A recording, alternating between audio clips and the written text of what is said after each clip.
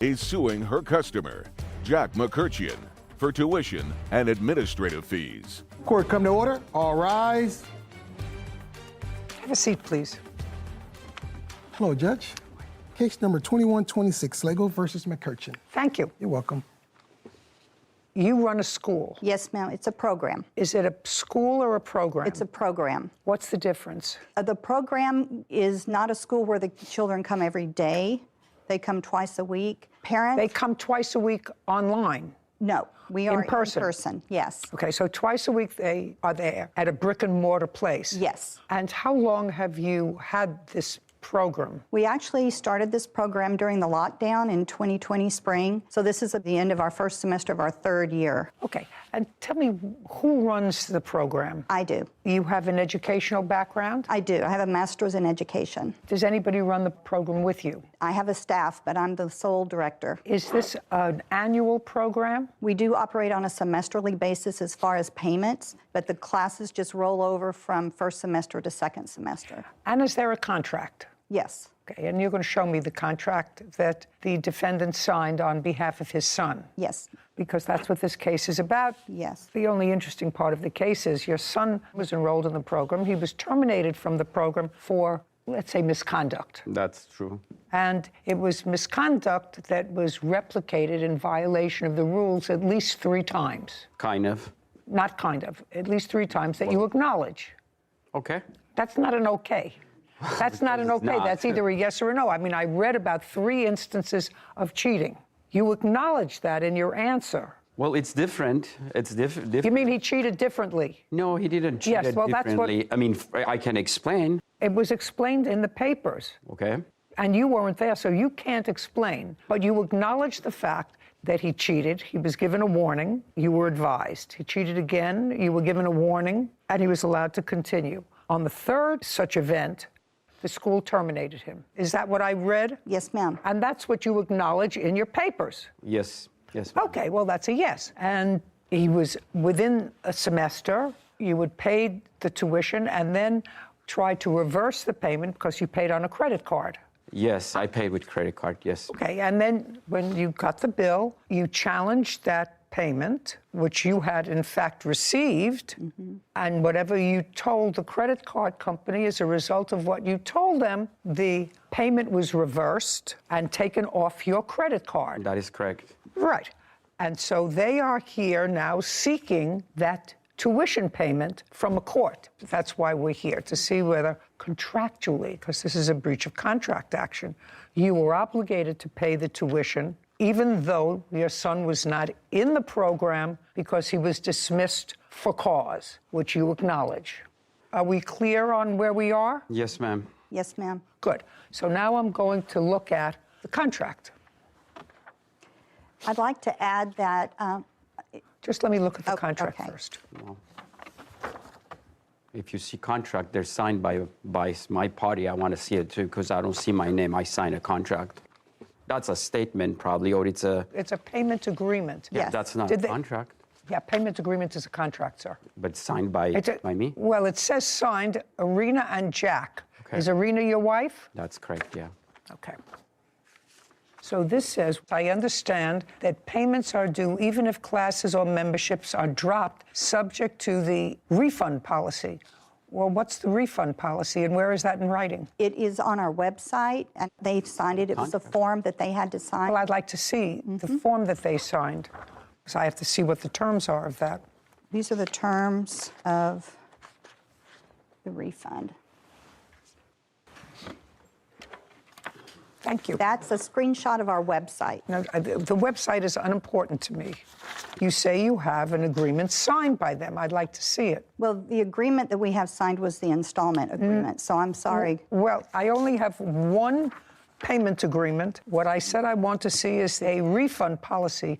You said you have that they signed. I don't see They that. don't sign the policy. They sign Well- the agreement. The policy is a written policy. Well, I would like to see the written policy. That's what we have on our website, and it's clearly... No. No? Okay. No, what you have to do is you have to incorporate something by agreement in this contract. If you say the refund policy as outlined in the website Because other than that, it's meaningless. Okay. You know, you're saying we have a refund policy, and we assume that you looked on the website to see what the policy is. We also do go over it in parent meetings with the parents. That you can't do because you have a written agreement. Right. And anything that's outside of that agreement, unless it's referenced in the agreement, is inadmissible because the intention of it is to somehow change or modify the terms of your written contract. Okay, so in what month did the defendant's son start the program? In August of 2021. And it runs in 2 semesters. And when was he terminated? He was terminated in February of 2022. You were in a semester program. Yes. So am I correct that the first 2 episodes of cheating were in the first semester? Yes. When? The first one was early in November. It happened to be the 3rd week of our 2nd semester.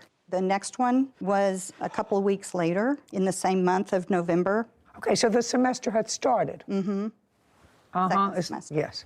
And on what day in February was he terminated? He was terminated on February 24th, I believe. Yes. And when you terminated, the defendant, I assume, paid the entire semester's tuition for the 2nd semester. The 2nd semester, he signed the installment agreement, which is what you have there. This is a payment agreement. Right, that's it. Well, He agreed just to pay in a second. installments. No, it says, I agree to pay all charges by due dates according to the payment plan. I don't have a signed payment plan from anybody. Do you have one? I'm sorry, that's what we use for our signed payment plan. Well, you should use something different. This is not a payment plan. This says he will pay according to a payment plan. I'm looking for the payment plan. You pay by the month, you pay by the semester. How do you pay? It's a semesterly fee that's broken into 4 payments, so they don't have to pay it all up front. Okay. They can choose to, but And so when was the defendant's last payment? they paid through the semester, Through what semester? 2nd semester, Okay, so they paid in full. through the installment. So what happens is they agree to be automatically billed. And so every month, a certain amount comes out. Just a second. So what you're saying is when they sign up, they give you authority to pull out from their bank Yes, whatever the tuition is for that month. right. Okay.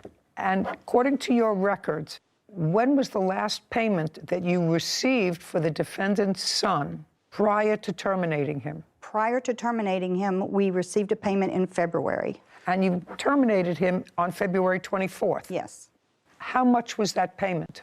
It was, have it right here. You know what? I don't know. $350 every It's month. 300, that's right. $350. I know, I got charged the extra month, so I know the number. Okay. So it was $350 that you paid the beginning of February, and he was there in February. That is correct. Okay.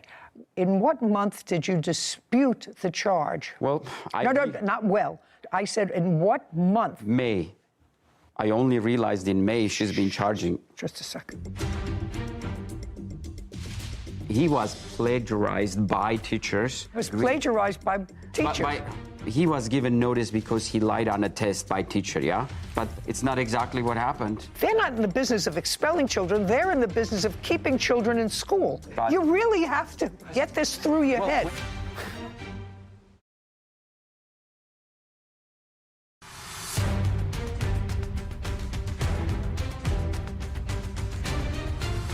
Robin Slagle claims her customer, Jack McCurcheon, owes for tuition and administrative fees.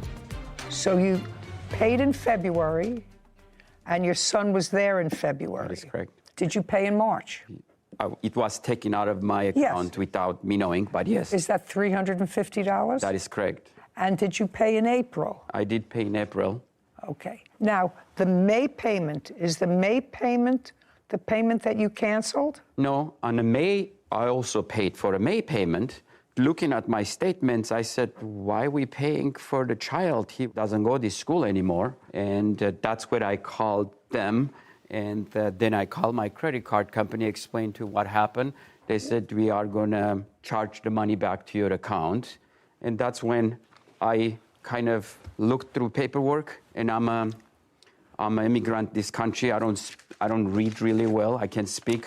And my son, he's a young guy, and he knows exactly what it is, and that's what I brought him. I said, can you see, do we owe these people money? And if you guys allow it, I can have Alex to explain what here shows. Just see it. He doesn't have to explain anything to me. Okay. I'm not new to the country, and I was legally trained, so I don't need your son. I assume you're not legally trained? I am not. To interpret something, No, a just- piece of paper. So now I will look at the piece of paper that you're relying on, but I want to tell you this, sir.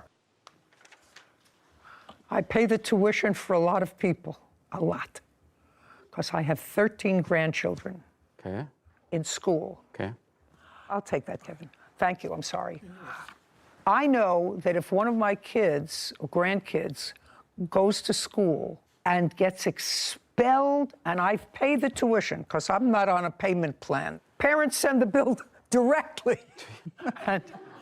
and so I pay the tuition, but I know if one of the kids in November, once I pay the tuition, gets caught cheating on a test or plagiarizing a paper, and he or she is dismissed from the school, they're not going to give me my tuition back, even though he's not in school. I'm not going to get the tuition back for that semester. That's true. That's what I'm telling you. I know that. So now I'm going to see what you want me to read that suggests that in this case, even though your son was terminated for cause from the school for cheating. Dismissal versus termination is different. No, it's not different at all. It's this exact same thing. Dismissed, terminated, expelled, all the same thing. If you look them up under synonyms for each other in the dictionary, you will find they're all the same. He was excised from the school because he cheated despite multiple warnings. So he was expelled from cause. I just want you to understand that. Did you go to college? Currently enrolled. Currently. Stand up. You look like a nice young man. Where do you go to school? Cal Poly Pomona. And who pays the tuition? I do. Now, what's your first name? Alex. Now, Alex, you do know that if you got expelled from college for cheating in the middle of a semester, you wouldn't get your tuition back for that semester. You do know that? Correct. Okay, that's all I want to know. Well, that's what we're dealing with Could here. I add something? Sure. Well, according to their honesty policy, they made a clear difference between dismissal and expulsion. I'm going to look at it. Okay? Okay.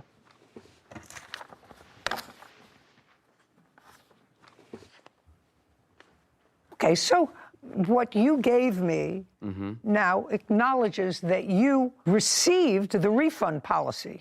Thank you very much, because she wasn't able to prove that she gave it to you, but now you gave it to me, so I know you were given the refund policy when you enrolled your son in school. So we weren't given, but it's something they have it on their website for you to... Just a second. Well, I then you didn't look. sign. You don't have to sign. Then you looked at the website. You gave me this.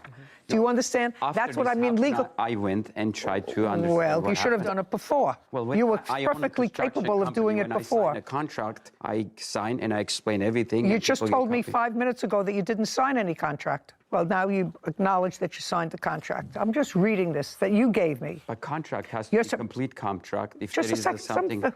For somebody who's, not here, not from this country, and doesn't understand things, you seem to understand things very well. I know the contract has to be completed. Oh, so if I well, give that's a very good. A lot of people don't know that. So if I give a contract for the statement, then I say, go in my website to read about our refund policy. That's not part of the contract. That's their rules, no? I didn't sign refund policy. You don't have to sign a refund policy. You just have to be aware of it. If I don't know how to get into website or don't know. You gave me the evidence, But this sir. was done after everything done. I I'm looked not into sure. it. Okay? You were certainly aware of how to do it, either before or after. When I sign contract with someone, I disclose everything and they initial and they get copies. I get copies, and that's a legal bonding contract. Good. What law school did you go to? None. Well, there are two things here, but the final piece here says the consequence for academic dishonesty or plagiarism is a score of 0 on the assignment and possibly dismissal from the class. Okay. So your son did that in the first semester at least twice. Repeated dishonesty can result in suspension or expulsion. Now, Now you can stand up because your father says he doesn't understand everything. I think he understands everything just fine. But in case he wants to have you there. Now, when you were discussing this with your father, did you have any conversation with him that suggested to him that, you know, if I went to college and I cheated 3 times or 4 times or plagiarized a paper and I was kicked out of school, I wouldn't get my tuition back? Did you tell him that? No, we had similar talks, but no, nothing on the school. We talked about, for instance, the signing contract for, let's say, a 1-year lease agreement to live somewhere, but if you breach the contract and they decide to kick you out, it's the same thing as expulsion. You're not required to finish the 1-year contract with them. You don't have to continue paying. If they decide What are you kidding? I am not. If you get evicted from a property, do you have to continue paying the entire year's lease? Yeah. If you breach a lease, he or she can evict you. And yes, you will be responsible for the remainder of the lease. Oh, I was unaware of that. Yes, you will be responsible for the remainder of the lease. You have to understand, and your father has to understand, the reason that he was expelled is his fault. And the reason he was expelled had nothing to do with them. It had to do with your father, because you were put on notice that he was plagiarizing and cheating on tests. If what you're suggesting is the 3 times that your son was caught cheating were the only times he cheated, you're deluding yourself. He got caught 3 times. Because if these were the only 3 times that he cheated, he is the unluckiest person on the planet.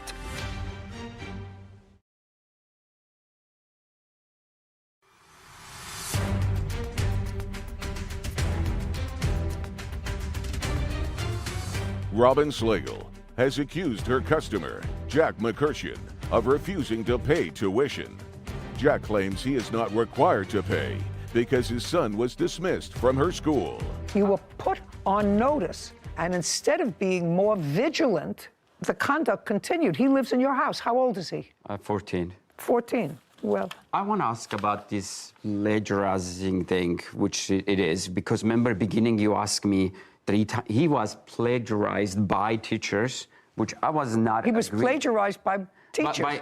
Like he was given notice because he lied on a test by teacher, yeah? But it's not exactly what happened. Well, then you should have, just a second, then you should have contested it, sir. Well, you should have contested it. Did you say? If they decided they don't want him to be out of the school, they don't want him to be there, no. What do you do? I mean, you go fight with them? What do you do? You pay the tuition for that semester because that's your contractual obligation, and you tell your son, you better straighten up, and if I have to take you to a psychiatrist, if I have to take you to a therapist, if I have to find a more rigid school environment, I'm going to do that. Well, he really didn't cheat. You really have to get this through your head. When it says cheating, last time he was expelled from school. Do we have a... No, don't look at her. That day he had an excellent score on his math, and his last test was his history, and he forgot to learn the history, and he did have a paper with him, but he did not cheat it. Actually, there is no proof he cheated that day. All right. They're not in the business of expelling children. They're in the business of keeping children in school. How many other students were expelled from the school the semester that this defendant's son was expelled? 0. Yeah. Wow. They're in business of keeping children in school. I guess my son was that bad for her to expel her. She said they didn't expel any other children. I'm going to ask her, how many children were enrolled in the program at the same time the defendant's son was enrolled in the program? Approximately 70, 75. Okay, and of the 70 to 75 students, the only student expelled was the defendant's son. Yes, ma'am. That should tell you something, sir. Stop making excuses. Okay. I didn't tell you, he didn't look at the paper, he had it underneath him, but he didn't look at it. Well, plagiarizing, so he copied from somebody on a paper that was supposed to be original work, did it once, he did it twice. Do you understand your son has a problem? Well, we all have problems.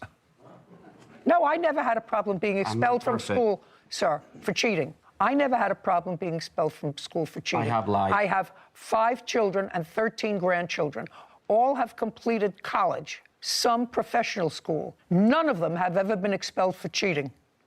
That's a lot of people. Do you feel it's fair to expel a child from a school because of cheating? Cheating? Absolutely.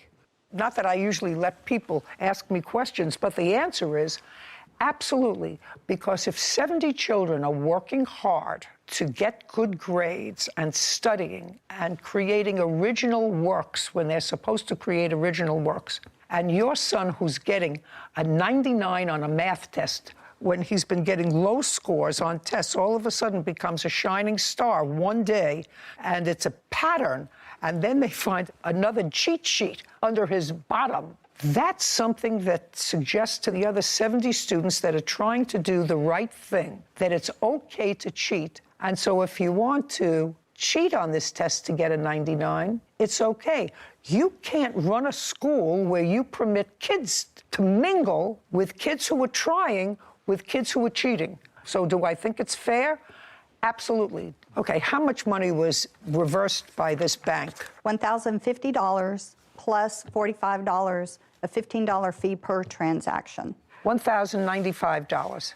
Okay, judgment for the plaintiff in the amount of $1,095. Sir, your problem is not with the plaintiff.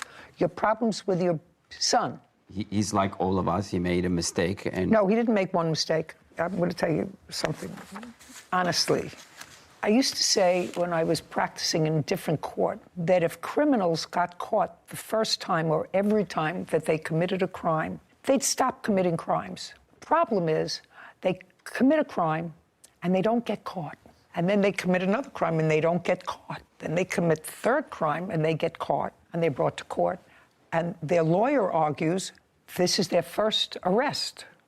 Not their first crime, because they can't argue that, but it's a first arrest. So if what you're suggesting is the 3 times that your son was caught cheating were the only times he cheated, you're deluding yourself. He got caught 3 times. Because if these were the only 3 times that he cheated, he is the unluckiest person on the planet. Okay, we're done here. 1095, judgment for the plaintiff. Thank you, Your Honor. This court is adjourned. I felt the difference was between difference the wording, what it means as far as being expelled versus being like sent home. I'm extremely pleased. This was totally a matter of honesty and integrity, and obviously it stems from the father down to the son. But he explained that's the same word, and again, that's why you come to court, and she did what she had to do. We have kids that try to cross the line, come close to that line, but as I mentioned, our instructors are pretty savvy and they're on it, and we can tell pretty much, so. I am happy finally done. It's been a burden, it's been a stress, and hopefully it's done. Cheaters never win. So I think it's really important for the plaintiffs, as the runners of a homeschooling system or a schooling system, to have a better contract for the parents that are signing, especially with a payment plan option. There should be exhibits attached to the signature page, not just referencing, oh, we're agreeing that we read the policy from the website. It's just as easy for you to reprint it, attach it, and require a signature, an initial on the bottom, so that you don't have parents like these that say, I never went to the website, I never saw it. I agree with you. If you have problems like this, there's no denying the fact that you initialed each page and each policy. I think that this is a learning experience because they just started the program in 2020. And this is probably the first experience that they've had because he's the first, never expelled anybody else. But they'll clean up. Suing his former friend, Jacob Knapp, for dental and medical bills. Court come to order. All rise. Have a seat, please. Case 2110, Costello versus Knapp. Thank you. You're welcome. Mr. Costello, you and Mr. Knapp were out drinking in the park. Yes. Date and time. The date and time was around 3 a.m., and it was on 9/11 of 2021. And you've known Mr. Knapp for how long? Roughly 9 years. We started off playing high school baseball. And when had you first met up on September 11th? I can't remember the exact time. I would say around maybe 7 p.m. Where? At a bar over in Old Town Pasadena. We weren't meeting up. Just a second. Yeah. So you were in a bar in Pasadena, 7 p.m., just the two of you, or were there more people? No. How many were there in the whole group? I had around 5 or 6 people in my group, and we went All to a friends? bar. Yeah. And you? He wasn't a part of that group. But you were at the bar? No, ma'am. I was at work when he contacted me. Okay, so you were at the bar starting at 7 with your friends. He wasn't there. Yeah. Okay. Okay, what time did he join you? It wasn't, I couldn't tell you the exact time. Approximately. About an hour later. At the bar? Yeah, but it wasn't a text or anything like that. He just happened to go to the same bar. No, ma'am. What ended up happening from the start, I was at work. He contacted me via text. I don't Do you have any- that text? No, ma'am. I tried to erase the whole memory from my mind, so I deleted all the pictures and all the text Oh, well, messages. that's from that. unfortunate. Yes. That's unfortunate. I've never done that, by the way. You know, wanted to erase something from my mind, so I didn't just say I'm not going to think about it anymore. I've never done that. Did you ever do that, Sarah? I have not. You have not. And she's pretty efficient with text messages. Did you ever do that? Never have I done that. No. Well, you must be unusual, sir. Okay, so you met at the bar. What time did you get there? Well, my shift ended at around 9 o'clock. What time did you get to the bar? 10 o'clock. And when you got to the bar, you met Mr. Costello. Yes, ma'am. He had a few friends with him. How long did you stay at the bar? We were there till 12. Okay, so Mr. Costello, you had been drinking from 7 until about 12. Correct. The answer is yes.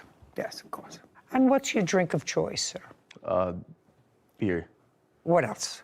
The first bar that we were at doesn't serve hard alcohol, so it was just beer there. Okay, so from 7 to when were you at the first bar? Yeah. From 7 to when? 7 to when? Till To 12. 12. Yeah. So it's But I 7 was to driving 12. At the same time as well. Okay, so from 7 to 12, you were drinking beer. Yeah. And then where did you go at 12 o'clock? After 12 o'clock, we ended up going to another bar in Arcadia. Okay, and you stayed there from when to when? From 12 to closing, which is 2 a.m. And you were part of that group? Yes, that's when I initially met the group. At the second bar or At the the first? second bar, yes. Not at the first bar? No, ma'am. Okay, so you got to the second bar, you were there you said you were there at 10 o'clock. Yes. So they weren't there when you arrived? They were there when I arrived, yes. Well, he said that, I thought he said he got to the second bar at 12 o'clock. I arrived at the bar at around 10 o'clock, ma'am. And you got there at 12 o'clock. Yeah.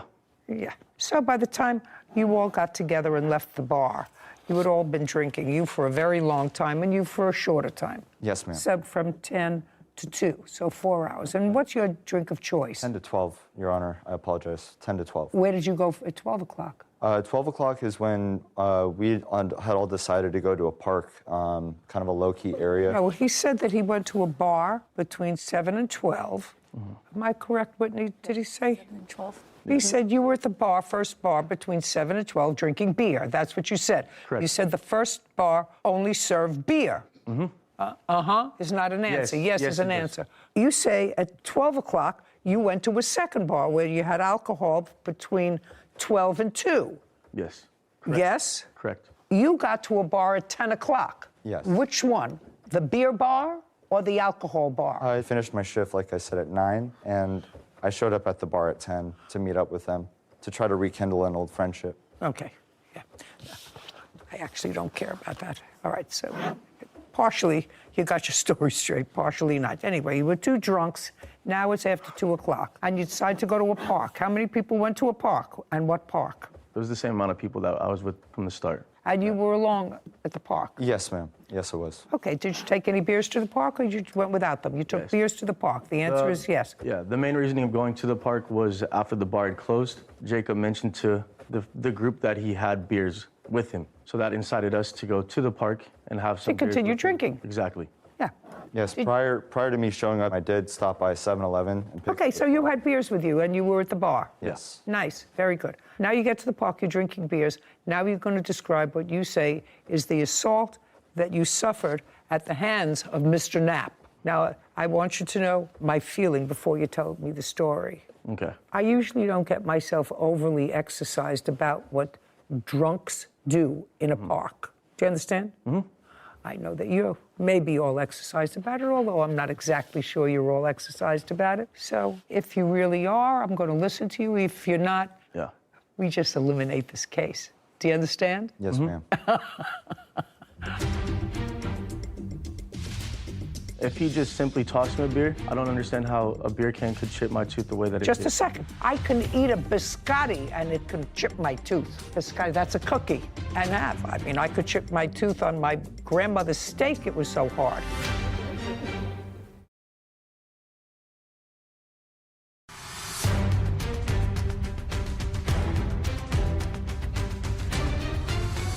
Giovanni Costello claims his former friend, Jacob Knapp, owes for dental bills after being hit in the mouth with a beer can. Okay, go. You're in the park, drunk. He's in the park, drunk. Yes. And To state I was not drunk because I was driving my witness here. I my want to friend tell you Maureen. something. If you were drinking from 7 to 2, you were drunk. I hadn't been drinking the whole time that I was there. Let's go. Okay. So going into it, I was sitting at a park bench with Maureen here, and then I had another 2 friends that were on the other side, and we're hanging out. They had the 2 across from me got up. They went further into the park, and I was sitting with just her alone. And I was just about to show her a video off my phone. Next thing I know, I get hit in the face by a beer. After that occurs, I reach to my mouth to see something's wrong there, and I feel that like a part of my tooth is missing. Okay, and that's what we're talking about. Yeah. That's the assault that you're talking about. Yeah. And you allege that Mr. Knapp was the one who threw the beer bottle. Yes. Okay. It was a full beer can. A can. Yeah, not bottle. Did you report this incident to the police? I did not take it to the police Just because... a second, I'm just asking you. Oh, sorry. The answer is no. No. I disagree. Disagree that he went to the police? With his story. Okay, I'll get there. Okay, so now you get hit in the face with a beer can, step by step. You look down, you look at your tooth. Realize it's chipped. I say out loud, my tooth is chipped. She doesn't... Don't tell me believe it at not first. about she. Just you. Just me. I noticed it was chipped, and then after I announced that it was chipped, several of my friends, I guess, went towards him, and I don't know. You didn't tell me anything about him. You didn't tell me. You just said you got hit in the face with a beer can. Yeah. That's all you said to me. And he was the only other person that was standing right there, besides her sitting next to me. So you didn't see him throw the beer can at you? There was no one else there. I'm just... Yeah. Oh, sorry. I didn't see him throw it at me, but there was never a case of... No, you didn't. Of anything That's else. all. Yeah. You didn't see him throw it at you? No. Okay, go. From the park, Your Honor? Take it from the park. So Now I got 2 drunks in the park, maybe 3. there was actually more than just 3 of us surrounding the table. Just a second. Me and him... Go slowly. Okay, sorry. Slower. Let me take I it don't down a know notch. table. I have no idea what you're talking about. So, as he was saying, we were sitting at a park bench. I had brought the beer. The beer was next to me. He had asked me to toss him a beer. And that's plainly what I did, was I underhanded him lightly a beer to him. And in his defense, he's saying he wasn't drunk, but it definitely was apparent that he was. When you Anybody lightly who's been toss a drinking beer... from 7 to 2 in the morning is drunk. Yes, ma'am. So I lightly tossed him a beer, and unfortunately it was dark enough to where he had missed, and the beer had hit him in the face, which after immediately I started to apologize to him, stating that I didn't mean to, but it was apparent he was looking at me and did not catch the beer. So personally, I think everything he said to you right now was... That's your story. You tossed him a beer because he asked you. He said, toss me a beer. Yes, Your Honor. And it was dark. Yes. And you were drunk. And he was drunk. I wasn't drunk, Your Honor. I had 4 beers within the time of 10 o'clock till when this incident happened. You know, I'm not real comfortable with that, sir. Okay. Because according to you, you had been drinking for 4 hours. And not only were you drinking for 4 hours, but you brought extra alcohol to have in the park. By the way, Which was a closed container. Where do you live? In what In city? Pasadena, Your Honor. In California. Are you allowed to drink alcohol in parks in California? I'm not certain. Well, let's find out. Open beer cans in city parks in California. That's a no. So after... We're not talking yet. I'm sorry. Excuse me. Drinking alcoholic beverages is a prohibited activity in parks and park areas, according to the Pasadena City Park rules. Thank you. This park that you went to, what's the name of it? I'm not sure. It was up the street from the last bar we were at. Okay. Now, did you, Mr. Costello, and the defendant, immediately after this event, did you communicate with him via text or email? I texted him, I think it was roughly a couple of days later. Okay. I'd like to see the text. I have that. That's all I want to see. Don't say anything else. Okay. Just show me the texts that you sent him a couple of days later. There it is. Okay, thanks, Kevin. I'd like to see these texts from your phone, and I'd like to see all your text messages starting September 14th. It's right here. Of 2021.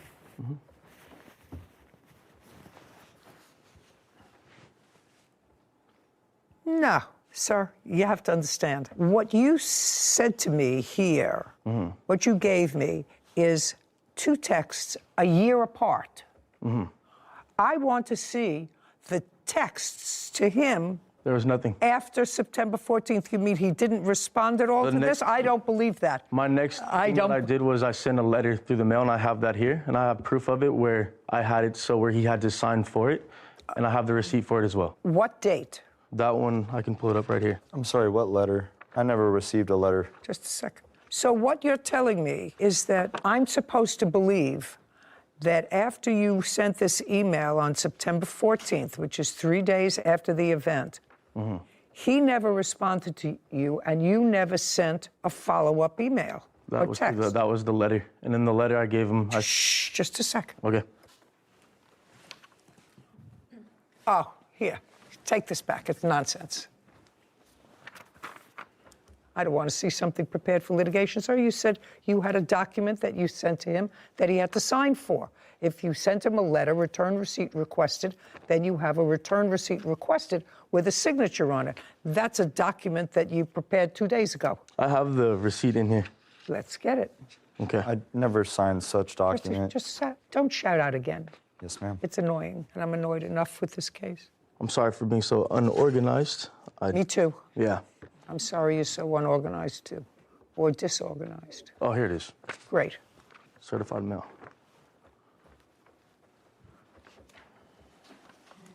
It was stuck to the back one. This was sent April of 2022. I want to see what the response was. There had to be a response. I never got a since response from September him. 14th, 2021. There had to be a response. I never got a response from him. Kevin, show this to Mr. Knapp and tell me if he recalls this text message.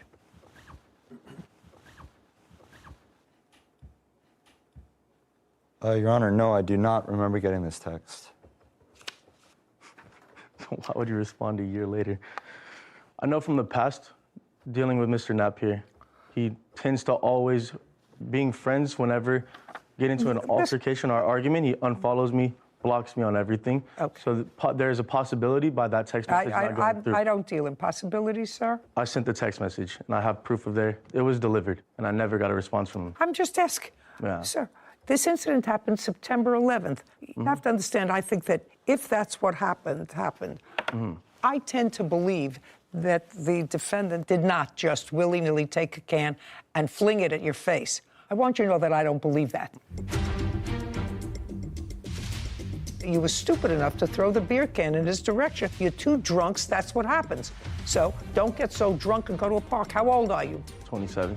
27 is, and you? 28, Your Honor. 28. You know, old enough not to be so stupid.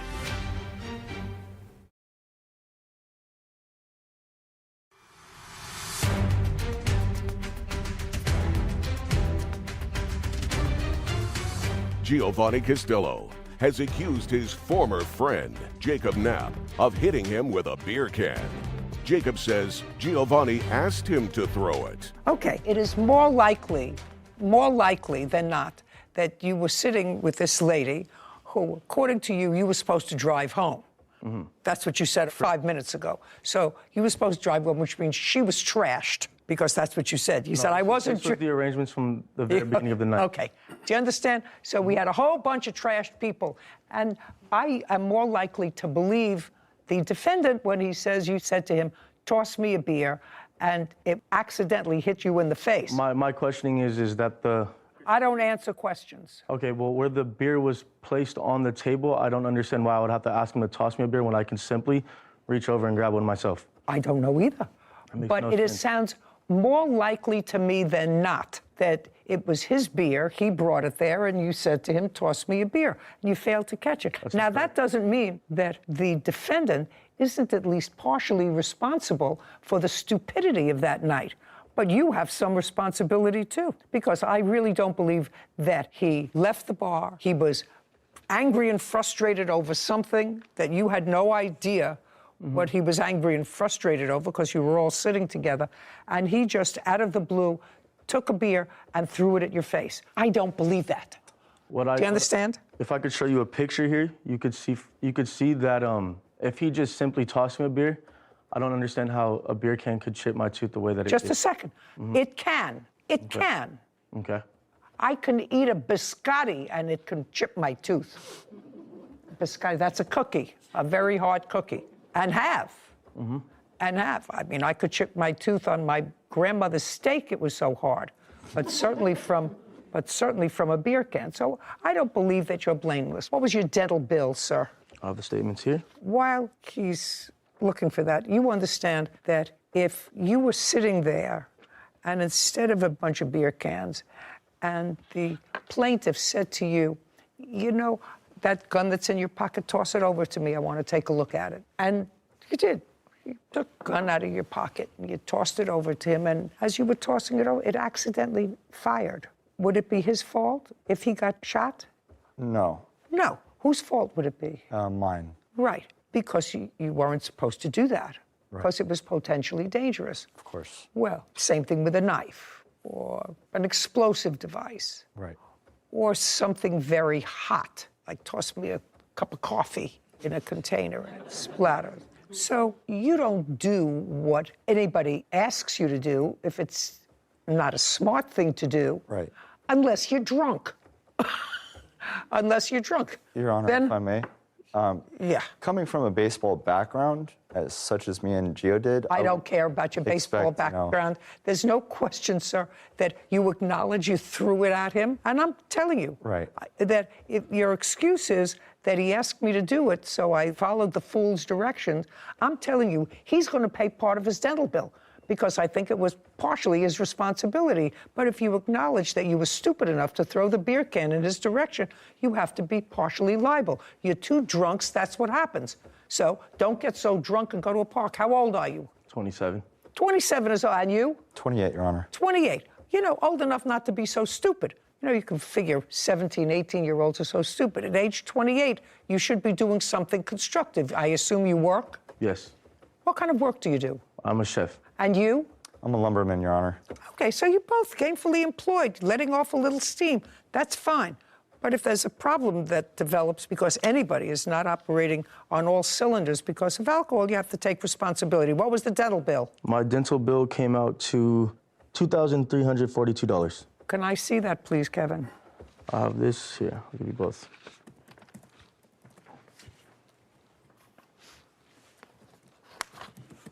Was any of this dental bill covered by insurance? On the dental, no. Okay. Anything else? My wholeheartedly truth is I didn't ask him for a beer. I had no problems. I was avoiding him the whole night for the most part because from the past, Jacob has had a way worse drinking problem than I've ever gotten to. I went out that night solely to have a couple drinks, hang out with friends. The night went longer than expected. Very nice. Judgment for the plaintiff in the amount of $1,171, which is half of your dental bill. You pay half. Don't get drunk. You're too old to get drunk. I don't believe that he maliciously threw this at you. I think that you asked for a beer, tossed it at you, and you missed. That was his stupidity and yours. We're done here. Thank you very much. Thank you, Your Honor. This court is adjourned. All I did was I underhand lightly tossed it over to him, and that's really what happened. I did nothing wrong to deserve to get a beer thrown at my face like a baseball. Unfortunately, he chipped his tooth, and so it was unfortunate. I said, hey, Jacob, look, you chipped my tooth. Look what you just did. No more drinking in the parks, guys. Not to do it again. I think this situation is the exact reason cities like Pasadena have rules about drinking alcohol in parks, because like you always say, it's not an on purpose, it's an accident. But a lot of times there are certain things that can increase the probability of an accident happening. True. And I think drinking at 2 a.m. in a park probably is one of those things. That's true. So so many times rules and regulations don't seem to have any substance of reason behind it. But this certainly is an example of why when the bar closes at 2 o'clock, you're supposed to go. Costume designer Robert Estrada for a deposit, lost wages, and a superhero costume. Court come to order. All rise. Have a seat, please. Case 2162, Newton versus Estrada. Thank you. You're welcome. Mr. Newton, you retained the services of Mr. Estrada to make you a costume. Yes, ma'am. And it was, according to your complaint, you make a living as an influencer? Yes, ma'am. I produce content. Now, Sarah has actually tried to explain that to me, what that is. And I think the kindergarten version of what she told me was, you are on the internet and your idea is to get as many people to follow the things that you do in your life as possible. And you post on the internet your pictures doing whatever you're doing. And then when you have enough people, advertisers, people who make products, pay you to tout their products one way or another. And that's how you make a living. Yes, ma'am. Thank you. No problem. Anytime. Okay. So you don't produce anything. You just being you. Well, no, but I do own 3 companies, and one of them is a social media advertising company. So it's important to meet and mingle with as many people as possible. I get that, but it's all to support your primary function. Yes, ma'am. As we had a case years and years ago. It was one of my favorites. It was a guy who was being supported by a woman. And quite frankly, I couldn't see what this perfectly delightful, productive woman, what she saw in this guy. But I said, she gives you this, she pays your rent, she pays for your food. What does she get in return? And I'll never forget his answer. He said, she gets a me. So I don't know why that came to mind when you're talking about being an influencer. How does that happen? Anyway, you asked Mr. Estrada to do a costume for you. You like to go to events. I don't have to hear all about it. I sort of understand it a little bit now. You contracted with him to make this costume for you for $1,000. You paid him a $500 deposit. He delivered the costume, albeit he delivered it a little late, but you accepted it, and then you didn't pay him for it because you say it was not made well. Yes. And you have the costume now. Yes, ma'am, I do. Okay. In addition to the costume, you gave him another costume that you wanted him to just put another applique on of something. It was a relatively minor thing. Glue something. Whatever. You asked him to do something. It was work. He's not your brother, uncle, father. You're not related to him. That's his business. And when you refused to pay him the balance of the costume that he made for you, he has the other costume, and he says, when you pay me, you can get your costume back. Am I clear? Yes, but we have talked about creating multiple different costumes in the future, and every single time there was a dollar amount mentioned. This was never discussed. Okay. You discuss it prior, but that was never discussed. Well, that's true. And whose fault is that? It was never brought up. But No. Whose fault is that? I assume... No, just a second. If the complaint about the costume that he was just supposed to put an applique on of some sort of a creature, a spider or something, if you gave it to him, and this is his business, then you say, how much is it? So I'm just letting you foment that in your head, sir. When did you order this costume from him for $1,000? August 7th. And he delivered it in October. October 8th, I believe. And what was wrong with it? Many, many things. Just say you have it with you. I have every single bit of the costume with me. I'd like to see it.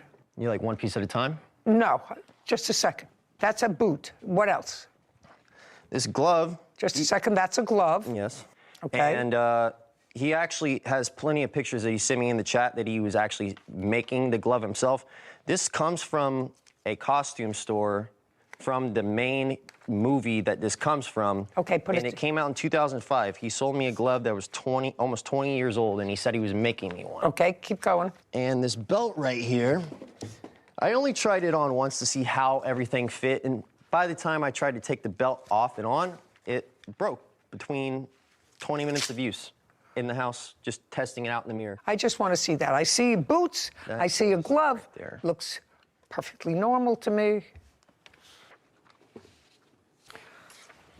And that's put on with Velcro. Yes. No big deal. You put on another piece of Velcro. That's a substantial belt. Put it back. What's your next complaint? Well, number one, not only did Just a second. I don't want to see the glove anymore. I saw the glove. I saw the boot. I saw the belt. Well, Where's the rest of the costume? Here's the other boot. Just a second. Hey, where's the rest of the costume?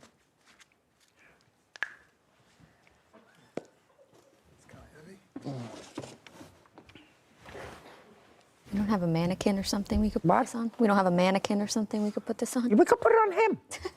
Put it on him. Ask him to put it on. I want to see what's wrong with it. It's a costume. Listen to me. I'm not hearing you I anymore. don't think you're being very fair. It's not a popularity contest, sir. You bought something. I bought many also things. principle involved, This is not. which is this why is I not. decided to This take is this not. report. This is not. Principle. You're out. Goodbye. And later today, So you were there for a little less than 12 hours, right? You came at 5 o'clock in the afternoon, On and the at 11th. 4:30, and at 4:30 in the morning, you left. I didn't actually leave. I was told to leave. But you left.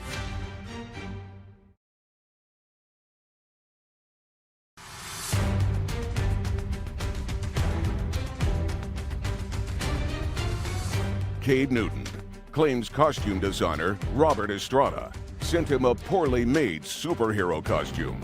Robert is countersuing for the balance owed on the costume. Okay, now, would you do me a favor? Just put the belt on.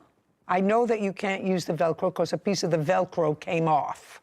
Put the belt around. I just want to see how the belt's supposed to go. For the record, it doesn't go like Just a this. second. I didn't ask you anything. I just said put it on. No, you have. It's actually really difficult with this robe on. Now turn around.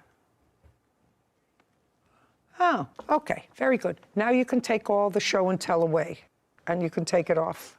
Your Honor, if I could say something.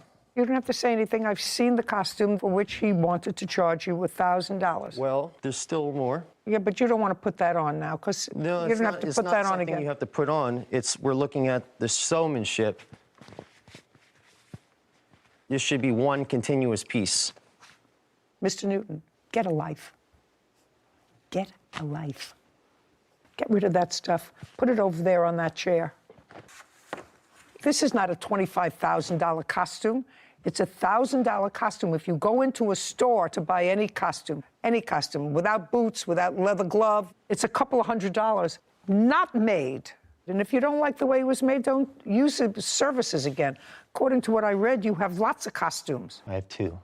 The one there and the one that he brought of my possession. Oh, okay, so you just have two costumes. Yeah.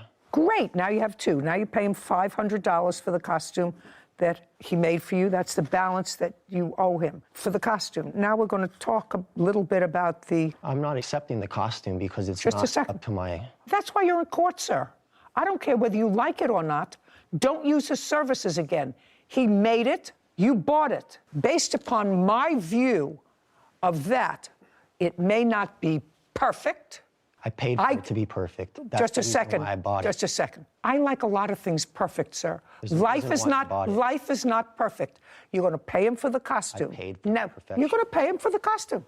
That's it. That's why you're here, for me to make a judgment. If I looked at this thing and didn't think that, for instance, when you sent him those boots, were the soles falling off the boots? No, there will not. I didn't think so. That's for my benefit. He's going to pay you the $500 that he owes you for the costume. The belt wasn't. And then he bought it. The belt wasn't falling apart either, but one use, and within 20 minutes of trying it on, and voila. Just a second, Mr. Newton. I'm done with that. I'm on to the next gig. I'm on to your other costume that he was supposed to put an applique on. You have that costume? I do. Very good. Now, I want to tell you something. He didn't send those boots with soles off. They don't fall off by Just themselves. just a second. No, they don't fall off by themselves. And I didn't wear it anywhere. I don't care whether you wore it anywhere, and I know they don't fall off by themselves, and he didn't send them that way. So you figure out, let the people out here figure out what's in my head, how the soles came off both of those shoes. You can tell me why one piece of the costume has a bigger arm than the other. Listen to me. I'm not hearing you anymore. I don't think you're being very fair. Listen. Just to be They frank. said it- I'm a big fan of you, but I don't think you're very fair right now. It's not a popularity contest, sir. You bought something. I bought many also things. principle involved, This is not. which is this why is I not. decided to This take is this to not. court. This is not. Principle. You're out. You're gone. Goodbye. Your case is dismissed. Do you want your costume back? Yes, ma'am. Good. How much was it to put the applique on it? It was $100. $100. Very good. Judgment on the counterclaim, $600. He gets the costume back. Yes. You understand? Completely. We're done. Thank you. Court is adjourned. I paid a pretty penny for something that was just fabric and boots. I tried to explain how the costume works, and unfortunately, He didn't really listen. He doesn't listen. It's one of my favorite things of all time. I've always wanted it. Well, I gave him what he wanted, but when I delivered it, he actually didn't take the time to hear me tell him how the suit goes on. So what do you think the likelihood is that the defendant shipped those boots with the soles the way we saw them in court today? 0. I totally agree. I think that the plaintiff thought it would help his case to have a little bit more destroyed of a costume than Drama. Maybe it was, and doesn't look good for him. Actually, I thought that what was sent, the boots were substantial. There's no question that he dislodged the soles from them before he came here. The belt was a really substantial belt. What he was complaining about was a piece of Velcro. And it's a costume belt. Velcro comes off. The clasps Yeah, and you come put it back undone. on. You just Put super glue it yeah, back on. Absolutely right. There was clearly $1,000 worth of work that went into that costume and putting it together with the boots and the belt and the glove. And it was really sort of outrageous that he didn't pay it. Anyway, made my life easy, besides the fact that he was a nudnik. Case 2135, Coleman versus Washington. All parties, please step forward. Koana Coleman is suing caretaker Jessica Washington for stolen money, travel costs, and elder abuse. Miss Coleman, how old is your mother? 90. Do you live with her? I do. How long have you been living with her? 3 years. You're her primary caretaker? Yes, ma'am. She suffers from? Dementia. For how long? I identified it in December of 2019. And I just stayed from that point on, sleeping on her couch. At some point, you had to go out of town for a period of time. Yes. You hired the defendant? Yes, ma'am. How did you get to her? My cousin Andrea was friends with her, and she said that she would be a great candidate. Did you interview her? I spoke with her later on. She came by the house, and... What date did you first speak to her? Maybe about a day or two before I left. And on what date did you leave? The 11th of August. How long were you going to be away for? About 7 days. And tell me, Miss Washington, are you employed now? Yes, I am. By whom? Well, I do self-employment, and I also have my own little business on the side as well, you know, caring for elderly people. Okay. Did you have any special training for the care of the elderly? I got my AED and my CPR. No, not really, because basically I've been just dealing with family members. For how long? I'm gonna say at least like 5 years. And you had no special training for the care of the elderly? Okay, and did you explain that to the plaintiff? She knew that. Don't tell me what she knew. I didn't ask you what she knew. You left, and when you left, you took the $400 that you found. Because the mother told me to. You mean the mother with dementia and Alzheimer's who you stayed up with 4:30 in the morning told you to take the $400? Uh-huh.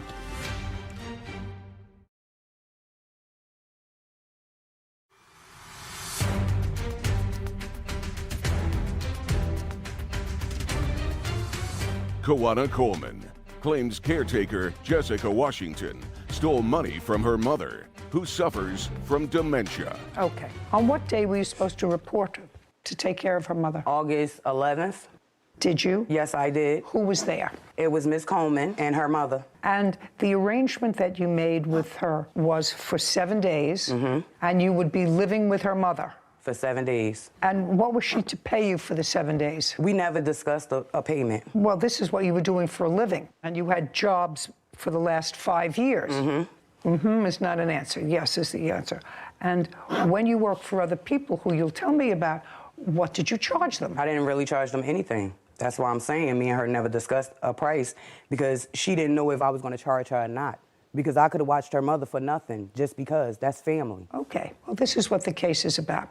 You watched her mother for 1 day, and then you left. And according to her, her mother fell. When you left, after the 1 day, she had left $400, and you took the $400. That's what she says when you left. Your answer is that you earned that $400 in the 1 day. That's why you took it. You have a counterclaim because she has said to someone that what you did amounted to elder abuse. Now, you started on the 11th. Tell me when you left. The date that I left was August 12th at 4:30 in the morning because I was put out. Who put you out? Her cousin Andrea, which is my godmother, because I called her to help me pick her mother up off the floor, which her cousin told me to leave. No, you can't tell me what anybody else told you. Prior to 4:30 on the 12th, did Miss Coleman's mother suffer a fall? Yes, she did. Okay.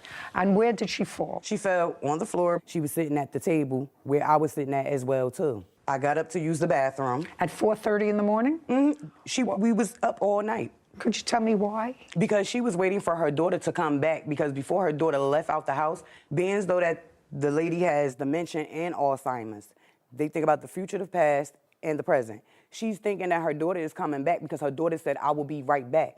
So that's why she sat up all night long. I was trying to put her to bed. She didn't want to go to bed, so I called. Okay, so you were there from what time in the morning on the 11th? I got there at 5 o'clock in the afternoon on the 11th. So you were there for a little less than 12 hours, right? You came at 5 o'clock in the afternoon, on and the at 11th. 4:30, and at 4:30 in the morning, you left. I didn't actually leave. I was told to leave. But you left. Yeah, and I didn't want to. I don't care whether you wanted to or not. It's not particularly relevant whether you wanted to or not. I understand what happened. You left, and when you left, you took the $400 that you found. Because the mother told me to. You mean the mother with dementia and Alzheimer's? Yes, her mother told me to. Just a second. You mean the mother with dementia and Alzheimer's who you stayed up with 4:30 in the morning told you to take the $400? Okay. Now, you're suing her for a lot more than the $400 because you said you had to come home from your travel. She's not responsible for that. She has to return the $400 to you. You told me 2 minutes ago, Miss Washington, that you never discussed fee. We did. Because this is not a question and answer. You didn't even know whether you were going to charge her anything, because as far as you were concerned, it's family. Is not an answer. And you listened to the woman that you had been hired to care for because she has dementia and Alzheimer's and had fallen, and she said to you, take this $400, it's yours. What if she told you to take a piece of her jewelry? Would you have taken that? No. Yeah. You would have taken it because she gave it to you. Because I'm not no thief. I wouldn't. No, that's not what I'm telling you. You say that you took this $400 because this woman who can't make a judgment told you to take it. What if she said to you, I want you to have my pearls? Why not? I'm not taking no jury because I have my own. I don't need her jury. Okay, that's ridiculous. Judgment for the plaintiff in the amount of $400. I'll take a look at the instance that you have on your counterclaim for slander when she says that you are guilty of elder abuse. What do you have to show me? It's in a court order. What do you mean it was in a court order? It is. She went and filed elder's abuse on me, plus the traveling expenses, too. I have that court order. Just a second. Is that what you're telling me? In her case against you for the $400 and for any other travel expenses, which I'm dismissing, that part of her claim, she said you were guilty of elder abuse. That's protected. Okay, your counterclaim's dismissed. We're done. Court is adjourned. I think the judge did a great job. I assumed that she would be able to deal with my mother. It's difficult being a caregiver, and we as people need to do much more to protect our elderly. We've seen a couple of these cases, and it's so unfortunate to see the elderly, and whether they're ill or sick or mentally not capable of caring for themselves anymore, zero training that some of these people have to really care for them. And it's scary. We've seen it too many times. And $400 on the counter to someone to just take it for 12 hours worth of work. You know, it's always struck me as a shame that society has and the government has created situations where you need licenses to do certain things. You need a license to tweeze someone's eyebrows. You have to be a cosmetologist. You have to have a license. You have to go to school. You have to pass an exam. You need a license to have a dog. But the most vulnerable people in the population, those people who, as she said, she didn't know whether her daughter was coming back or not coming back. She said she'd be right back, so she was waiting up for her. That vulnerable person, when it worked to the defendant's advantage, said, well, she was perfectly capable of saying to me, take the money. Take the money. Kaloyan Popyanchev is suing fellow motorist Spencer Gilbert for car damage. Court come to order. All rise. Have a seat, please. Hello, Judge. Case number 2084, Popyanchev versus Gilbert. Thank you. You're welcome. Mr. Popyanchev, you were driving in your car, 2008 BMW. That's correct. And that was on the 14th of November of That is correct. last year. Tell me what time of the day this accident happened. It was approximately 3:15 p.m. So daylight hours. Yes. And tell me where you were going. I was going eastbound on Sunset Boulevard in Beverly Hills. I was driving Eastbound on Sunset Boulevard in Beverly Hills. I was driving in the right, so-called slow lane, when I tried to make a right turn. Where? It's a intersection. The name of the street is Palm Drive. Is that intersection controlled by a light or stop sign? No, there is no stop sign or a light.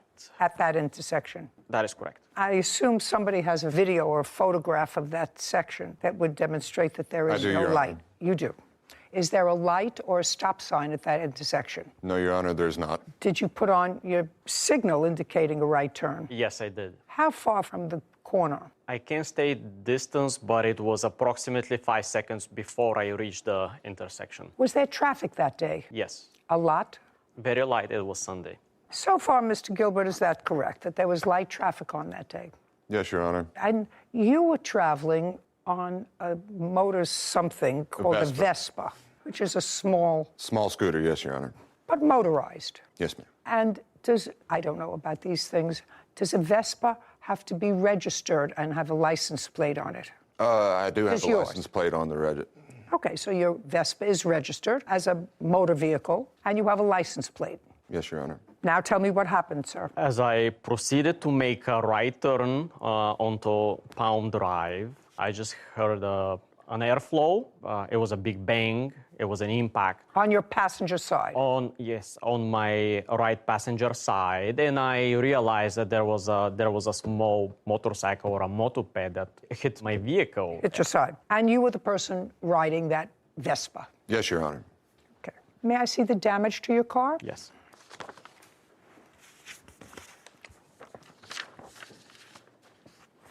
Sarah Rose, get me the price of a 2008 BMW 7 Series. Will do.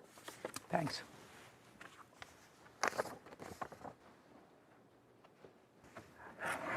What you're talking about is this damage, sir. Is that correct? Yes, front passenger. I see. Yeah. I've just made a circle. Can you see the circle that I've made? Yes, that is correct. Okay. And that is, Mr. Gilbert, where you hit him with your Vespa. It's where he hit me with his car. No, he can't hit you sideways, sir. He sideswiped me. He can't hit you sideways, sir. He can't slide into you.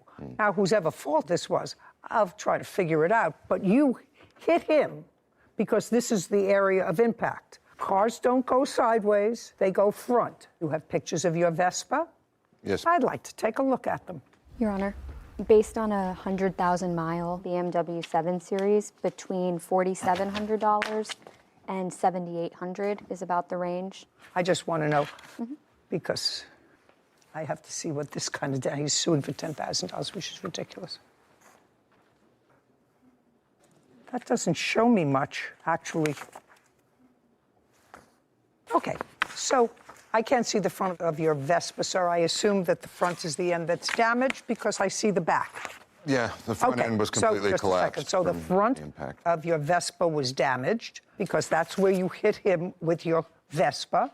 No, you're The not. back That's end incorrect. was not damaged, nor does it look like the sides are damaged. These are the pictures you gave me. The only thing I can't see is the front crushed end. Am I correct that I can't see the front crushed end? Okay. Yes. So now I'm telling you that based upon these photographs, yours and his, you hit his car. Okay, now that's the chart. Whose chart is that? It's from the police report. Great. Now, the police report doesn't show a bike lane there or any other lane. It shows that there's a car traveling in a car lane and the Vespa hitting. See, he can't hit.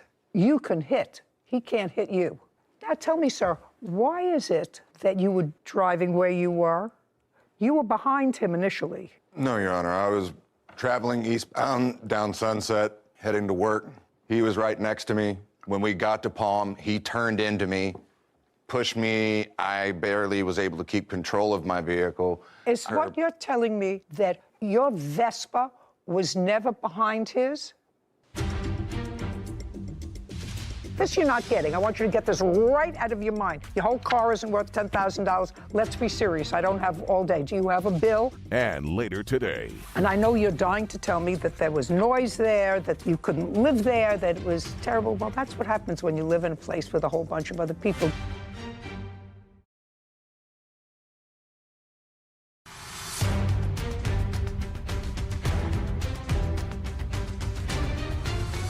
Kaloyan Papyanchev claims fellow motorist Spencer Gilbert owes for car damage after hitting him with his Vespa. Is what you're telling me that your Vespa was never behind his? No, I was never behind his vehicle. Do we have any other video? I do have a dash camera video of the. May I see it, please?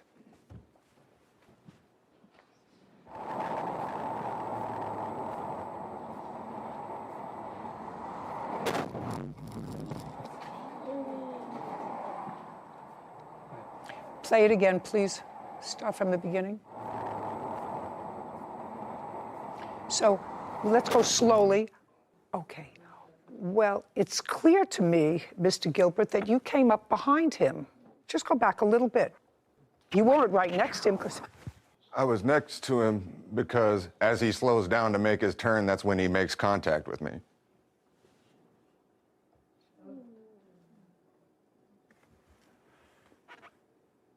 I was right next to him the entire time. Impossible. May I see the police report, please? Yes, there's actually 2 police reports. May I see them? Was anybody given a summons on that day? Nobody. Neither party was given a summons. Is that correct? Not that I know of, Your Honor. Okay, so this is the narrative after witnesses were questioned, and the opinion based upon the witness's testimony and yours, and the fact that the police officer actually heard in the video the clicking of the turn signal indicating a right turn approximately 5 seconds before the right turn was executed according to the police officer as a result of viewing the cam that he had, the video, that he was making a slow right turn. He had turned on his signal approximately 5 seconds before, and you were coming up on him on your right. And it says, based upon the video footage, I determined that the first car, and that would be his, should not have been placed at fault for this collision because he activated his turn signal and made a safe turn to go southbound on Park Drive. The fault of the collision is on the part of Mr. Gilbert for violating 21755 CVC, which states in part that the driver of a vehicle may overtake and pass another vehicle on the right only under conditions permitting that movement safely. I'm reading you the police report. Do you have another police report? Yes, I do, Your Honor. Prior to this or after this one? This is the only police report that I know of. Oh. I wasn't aware there was 2. Well, this was a supplementary police report. What is the date of yours? All I have is what my lawyers gave me. Oh, well, I'm going to show you this one, sir. Yes, ma'am. And this one was after viewing the cam. Yes, Your Honor, my police report predates his. Predates it. Well, that's after the officers looked at the dash cam, heard the signal, and saw you coming up from behind. I'll take it back now. I've seen the damage on your car, sir. Yes. Which, while I wouldn't like to have it on my car that's 14 years old, it is on your car. It's not worth $10,000. Your whole car isn't worth $10,000, sir. So if you want to show me a reasonable estimate for fixing that, I'll be more than happy to look at it. Yes, I do. And this estimate was given to me by the only body shop that is authorized by BMW. Well, find another body shop for a 14-year-old car. I'm certainly not going to consider giving you anything near the value of your total car for something that is on the door of one side of the car. Have you had the car fixed, sir? I had the entire door replaced, but it's still... Replaced by whom? By a body shop. Good. Yeah. And if you had the whole door replaced, you must have a bill. This you're not getting. I want you to get this right out of your mind. Your whole car isn't worth $10,000. Let's be serious. I don't have all day. Do you have a bill for the door that you replaced from a body shop, which is what I said a moment ago? No, I do not have Well. it with me. The vehicle is still due paint and dents and They, scratches repair. well, they're going to fix the car, and if they can fix the car for $2,000, have it fixed. That's my judgment. Judgment for the plaintiff. We're finished. This court is adjourned. Certainly not happy about it. I'm happy. It is something. The problems that this gentleman's caused my life. It happened in about 2 seconds. I was like riding right next to the dude, and he just turned into me, and I went into the wall, and that was pretty much it. I had to call 911 immediately because I wasn't sure if he's dead. Because of what he did, I wasn't able to go to work for 2 weeks. I lost 2 of my jobs. First thing to do is you call 911 and then deal with, the rest of the circumstances. One theme that we see far too often is plaintiffs coming here or to any court asking for a large sum of money, in this case $10,000 for a car that wasn't even worth $6,000. And instead of showing us an estimate of fairy tale land of what was going to fix it, show me a receipt for what you paid to fix the damage. Yeah, he did fix the damage. He fixed the damage already, replaced the whole door. You don't have a receipt for that. You don't have a bill. You don't have a nothing, which leads me to believe that it was a lot less expensive than $10,000. So I thought your judgment was generous, given that he had no proof. I would have said goodbye. Well, he did damage the car. Not that I'm going into history, but as one who has, on occasion, hit a stationary object, even allegedly hit a stationary object, and get a little nick on a bumper on a car. It's expensive to fix a car. So he had a car that looked in perfect condition. It wasn't after it was hit. He's entitled to have it look like what it looked like before. I just felt there was sort of a bait and switch with a $10,000 estimate, but I already got it replaced. Fixed. I think that he said that. I think that he said that unintentionally. I also think he did. It's okay. Won't get one over on us. No. Case 2090, Oquendo versus Villarreal. All parties, please step forward. Amber Oquendo is suing her former tenant, Nancy Villarreal, for unpaid rent. Ms. Oquendo, you own a home. Yes. How large is the home? It's 4-bedroom, 2-bath, and approximately 1,700 square feet. When did you purchase the home? 2018. Can I ask you what the cost was? $225,000. And you live there in the house, just you, with whom? I don't live in that house. That's my rental. You bought it as a rental? Somebody was playing their music loud. It was a problem for you. Yes. You asked them to be quiet. Yes, you Your told her it was a problem. Yes. And then there was some sort of a kerfuffle. I don't know what happened. You want to tell me?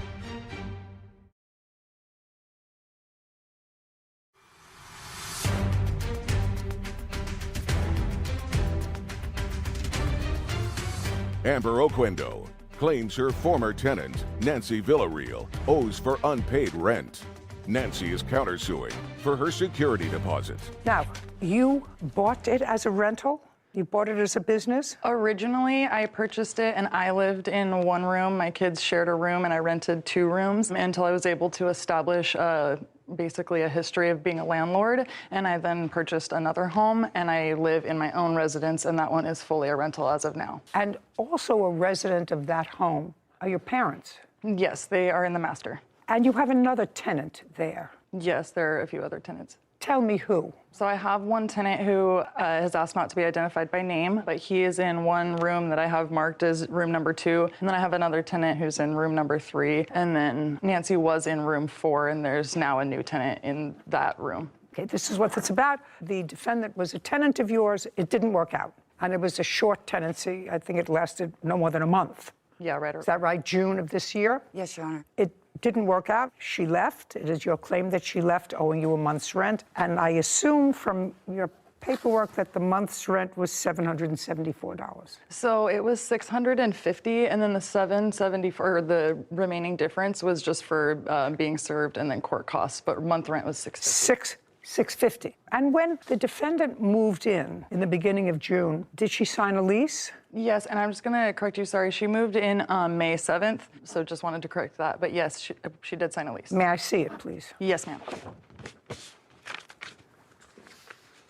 Thank you. Yeah. You have a copy of your lease, Ms. Villarreal? Yes, I do. Okay, good. So it's a month-to-month tenancy. It's an at-will with 30 days written notice. Okay. According to the lease, there was a security deposit of $650. Yes, ma'am. Did the defendant pay that when she moved in? Yes, she did. Okay, because that's your counterclaim. You say you want your security deposit back. Yes, ma'am. I assume from reading both of your complaint and answer that this turned out to be not a happy tenancy. You don't live there on a full-time basis. The defendant did live there for a short period of time. You moved in, rented a room, and you gave her $650, and you moved in on May 7th.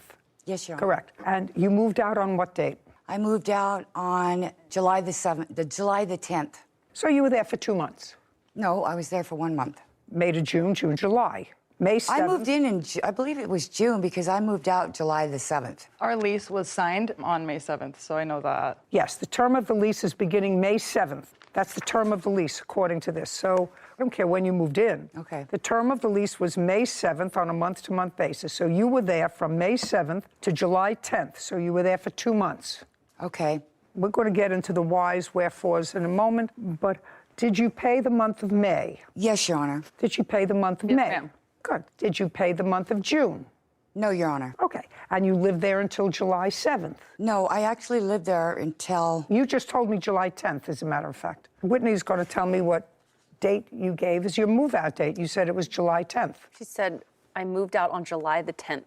Okay, July, and it was, yes. July So you 10th. were there for 2 months? Yes, Your Honor. Okay, if you were there for 2 months and you only paid 1 month's rent. Yes. So far, you owe her 1 month's rent. Did you return her security deposit? Yes. Did you receive your security deposit? Yes, Your Honor. How much? $650. Okay, so you have no counterclaim. The counterclaim is for your security deposit. The rest of it is nonsense. You moved out, you wanted to pay your moving costs, your hotel fees, and everything else. That's ridiculous. Okay. So if you've received your security deposit now, what you owe her is a month's rent, which is $650. And I know you're dying to tell me that there was noise there, that you couldn't live there, that it was terrible. Well, that's what happens when you live in a place with a whole bunch of other people. Did you look at this room before you moved in? Yes, I did, Your Honor. Okay, so you went to the house. When you went to see the house, Amber was there. She introduced herself as the landlord. That's what it says here. Yes. And she let you know that she wasn't in the house, that her parents were in the house as tenants, but she wasn't in the house. Yes. And you moved in and somebody was making noise. Somebody was playing their music loud. It was a problem for you. Yes. You asked them to be quiet. Yes, You Your told her it was a problem. Yes. And then there was some sort of a kerfuffle. I don't know what happened. You want to tell me? Yes, Your Honor. I am a federal employee, Your Honor.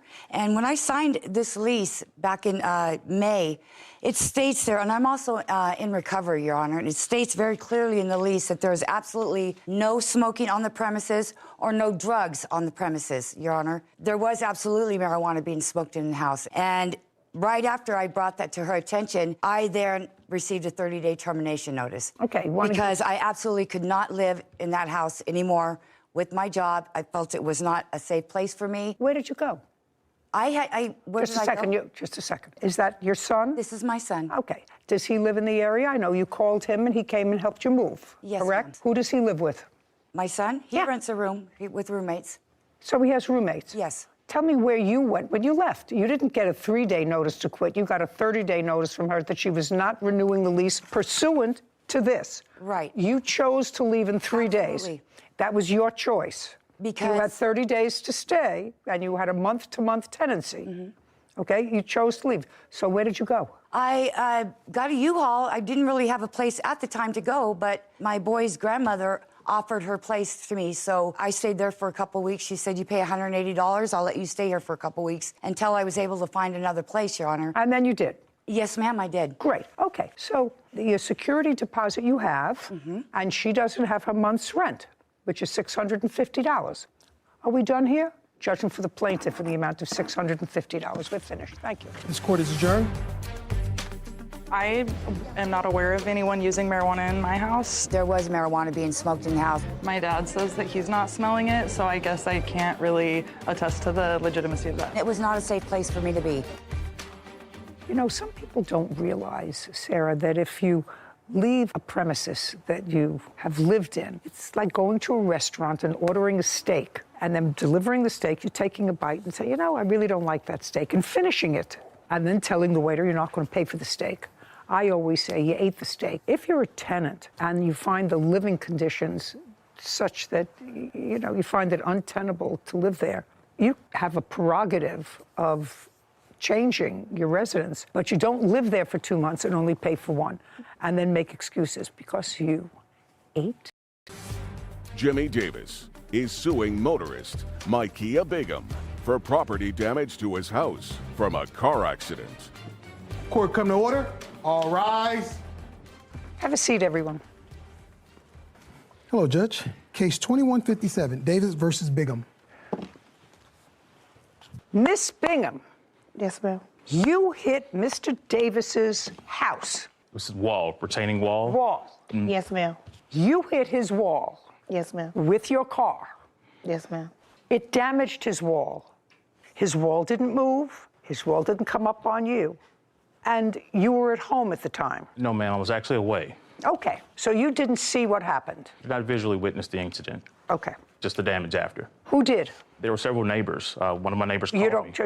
You have no witnesses here today. I do not have any witnesses with me today. They could not. Do you have a police report? Yes, ma'am, I do. I'd like to take a look at it.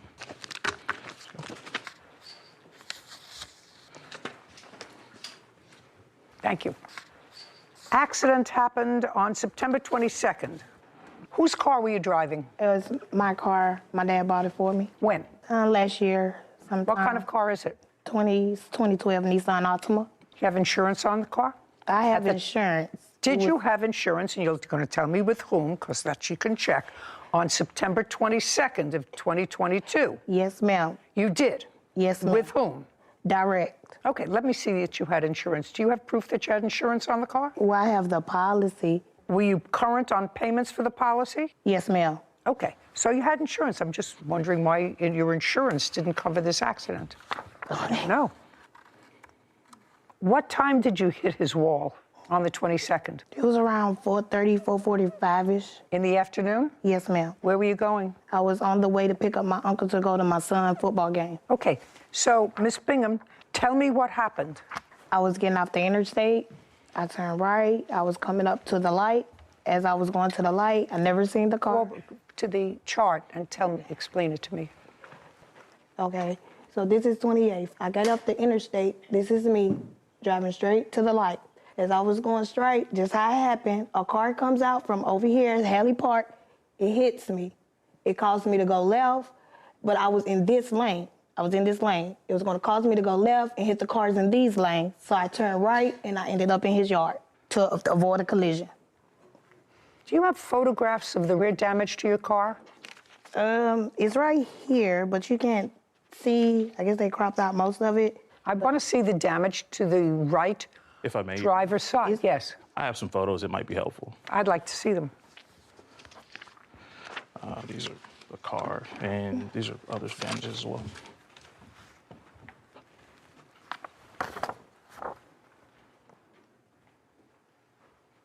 So it appears that someone hit her car on the driver's rear panel. Yes, ma'am. And took off. Yes, yes, ma'am. Do you own this home, sir? Yes, ma'am, I do. And there's no question that you swerved in and damaged his property? Yes, ma'am. Okay. Did you try to contact her insurance company? I did. You went home, you were called, came from wherever you were from work, you came home, you took a look at it. Car was still there when you got home? No, ma'am. The car was removed. My neighbor was able to put me on the phone with Micaiah and the police officer, so I was able to get that information. Immediately, when returning home, I reached out to submit the photos that I had taken myself and submit the police report after obtaining it. It took, quite a considerable amount of time to get back with me, but when I reached out again to understand the status, they, said that she's not liable and they were not going to stand behind it. Can I see what they sent to you? Did they send something to you? They did send a letter. I'd like to see it. I do not have that letter with me, but I actually called to speak with them. You said they sent you a letter. Yes, ma'am. And where is it? I don't have the letter. It was a denial letter. That said it was not her fault. It did not say it was her fault, but they said they could not submit the claim due to, I guess, whatever insurance she had, or whatever coverage she had, the amount of coverage. Oh, no, that's a different story. You see, that's why I need the letter. Okay. Either they said that they're denying the claim because it wasn't her fault, or they denied the claim because she had no insurance to cover it. The letter also indicated, of course, reaching out to the company to speak and discuss it further. So when I did reach out to the point of contact on the letter to understand why they weren't covering it, the amount of coverage that she had did not cover, I guess, property damage. And that was an argument between me and the company. And Well, how much did it cover? they did not how much- specify. Oh, well, They that's simply denied it and pushed it away and actually hung up on me. So there's no denying the car's there, right? yes. No denying the accident. No, I do understand you. Do you have homeowners insurance? I do have homeowners. Did you put it in through your homeowners insurance? Consulted homeowners insurance, and they suggested that I work this out, me personally, instead of taking the hit on my homeowners insurance as a victim of this accident. So I didn't see that necessary. Well, Mr. Davis, I sort of disagree with you, sir. And usually that's not the position I take. But if I am to believe Miss Bingham, and based upon the evidence that you presented to me, it clearly demonstrates that she was hit. Her vehicle was a victim of a hit and run. Her vehicle was hit, which caused this accident. There is no indication anywhere in the police reports that she was speeding, that she went through a light. Based on her own testimony, she swerved in my direction to avoid hitting other cars. Well, wouldn't that be smart? If her insurance didn't cover it, your homeowners will cover it. My homeowners covers that, and that's a penalty for me, and I'm a victim here. So is she. Crossed over. Just a second. So is she. She can't find the other driver. I mean, it would be different. That's her responsibility. No, sir. And later today, You would like the 2 kayaks back. Correct. And when did you begin storing them at the defendant's? I brought them over the next day after I bought them. Okay, you acknowledge the fact that the plaintiff, who was then your friend, brought them over for you to store. You're not friends anymore. She wants them back. Why not?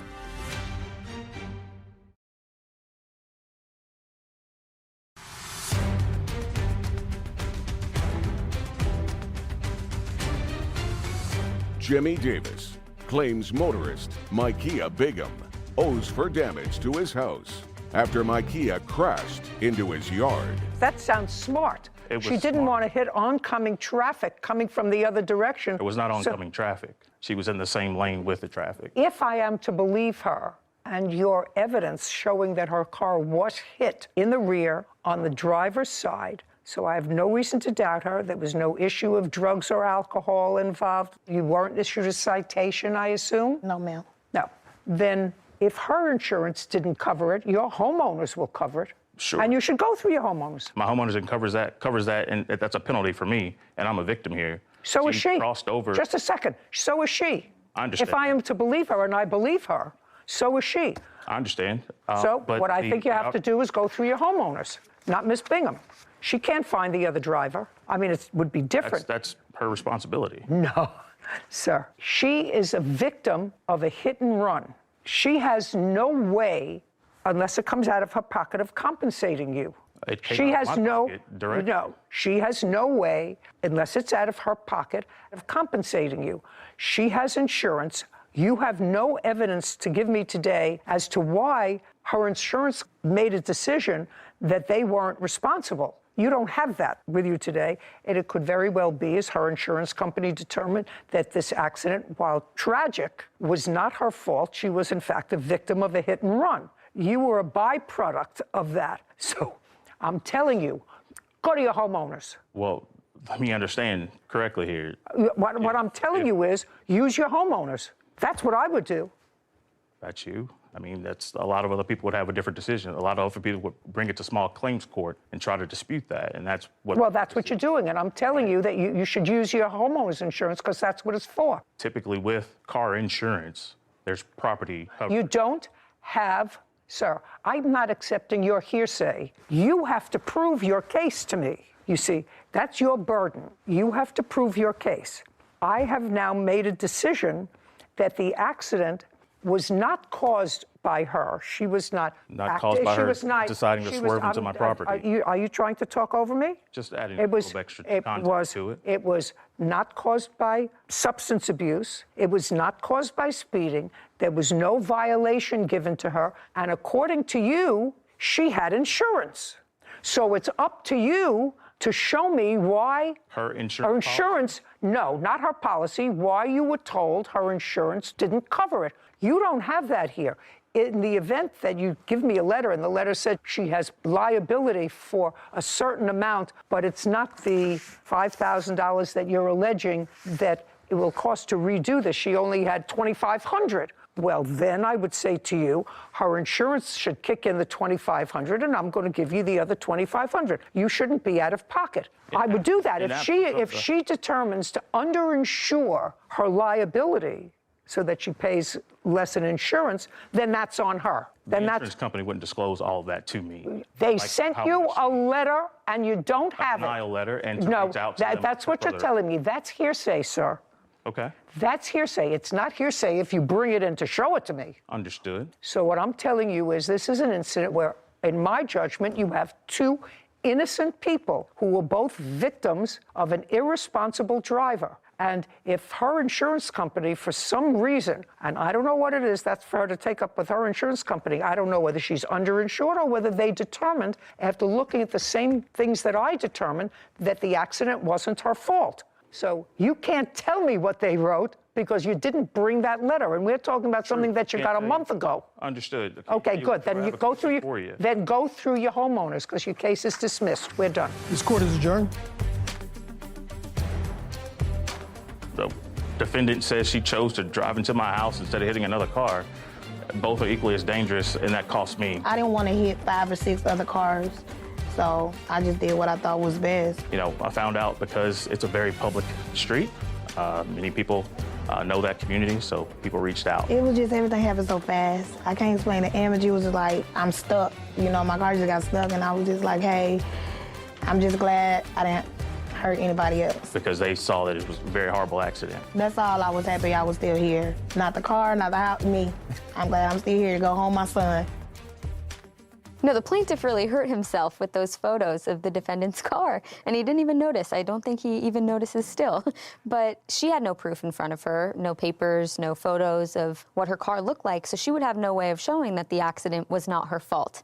But he proved that the accident was not her fault based on the photos of the car and just the situation in which her car got hit. But that's the reason that people have insurance. So I agreed with your sentiment about use it. That's its entire purpose.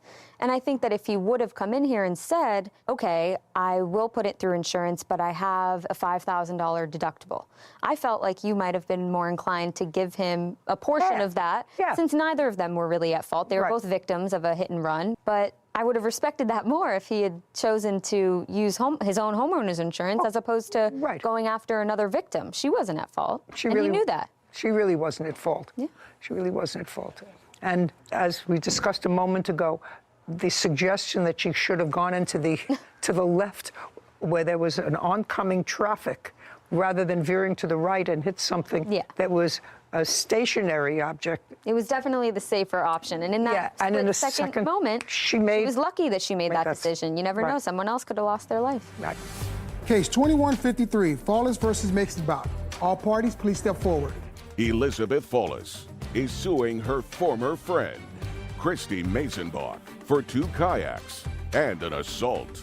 Miss Fawless, it is your claim you and the defendant were friends, been friends for a while. Yes. Your allegations are twofold. First, you say that the defendant assaulted you after a party. Yes. You weren't injured as a result of that assault. You didn't seek medical attention, but you said you had some scratches and that she hit you. Yes. Okay. So she was on top of me. I was scratching, hitting, pulling, trying to just get away. I don't think she really remembers everything, and it just happened so fast. But I was finally able to leave and get out the home with my daughter safely. Okay, bad behavior. Okay, great. Bad behavior?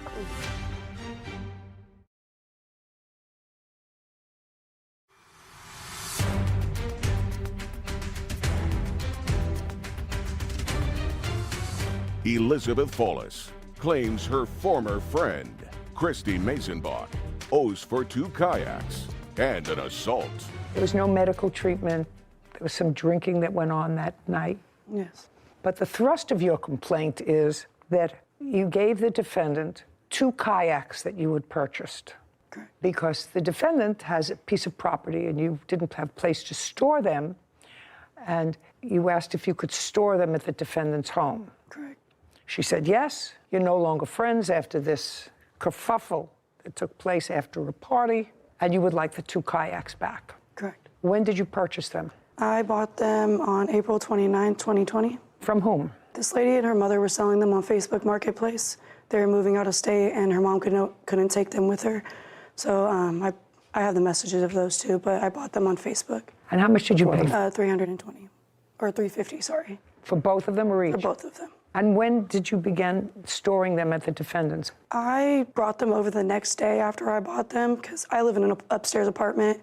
I had nowhere to keep them. So she has a house that she lives in, so it was a better situation for them. Where are you living now? I still live in an upstairs apartment. Where are you going to put the kayaks? I was planning on storage or maybe find a family member who has a home to take them to. But to basically probably buy a storage. That's pretty expensive to keep them in storage. If you paid $350 for the two of them 2 years ago. Have you used them in 2 years?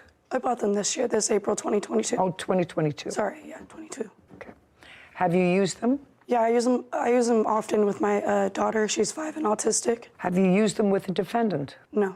Have you used the kayaks? Personally, I have not yet. I haven't had the chance to. Just a sec, you have not? I have not yet, no. Okay, you acknowledge the fact that the plaintiff, who was then your friend, brought them over for you to store. You're not friends anymore. She wants them back. Why not? So I would like to kind of go back to the beginning where like the assault happens, just so that you can kind of understand. I'll get to this. Okay. The assault is not the important part of this case. Okay. So the kayaks, originally, it was a deal that if I was to keep them at my house, that we could both use them. When she wanted them back, I just didn't necessarily feel like that was fair because the original agreement was that they were kind of almost both ours. I just didn't have the opportunity to use them yet. Okay. All right. Well, now you're not friends anymore. Now she wants them back. So she's going to pick up the kayaks within 5 days. If you don't pick them up within 5 days, you're out of luck. Do you understand? I understand. Okay, good. So within 5 days from today's date, we'll prepare an order. You can pick up the kayaks.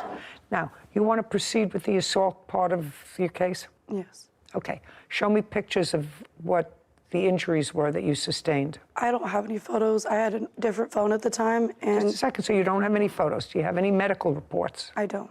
Okay. This alleged assault happened on what date? It was August 17th, 2022. Were you both out that night, or were you having a party in a house? So what happened was her girlfriend had cheated on her and they broke up, and she invited me and a couple other friends to the home where we were there. My daughter was also there, where we were hanging out, we were talking, trying to have a good time because she was having such a bad time. And I ended up falling asleep at some point. I went to go sleep with my daughter in the room. Everybody had left maybe around 12 a.m.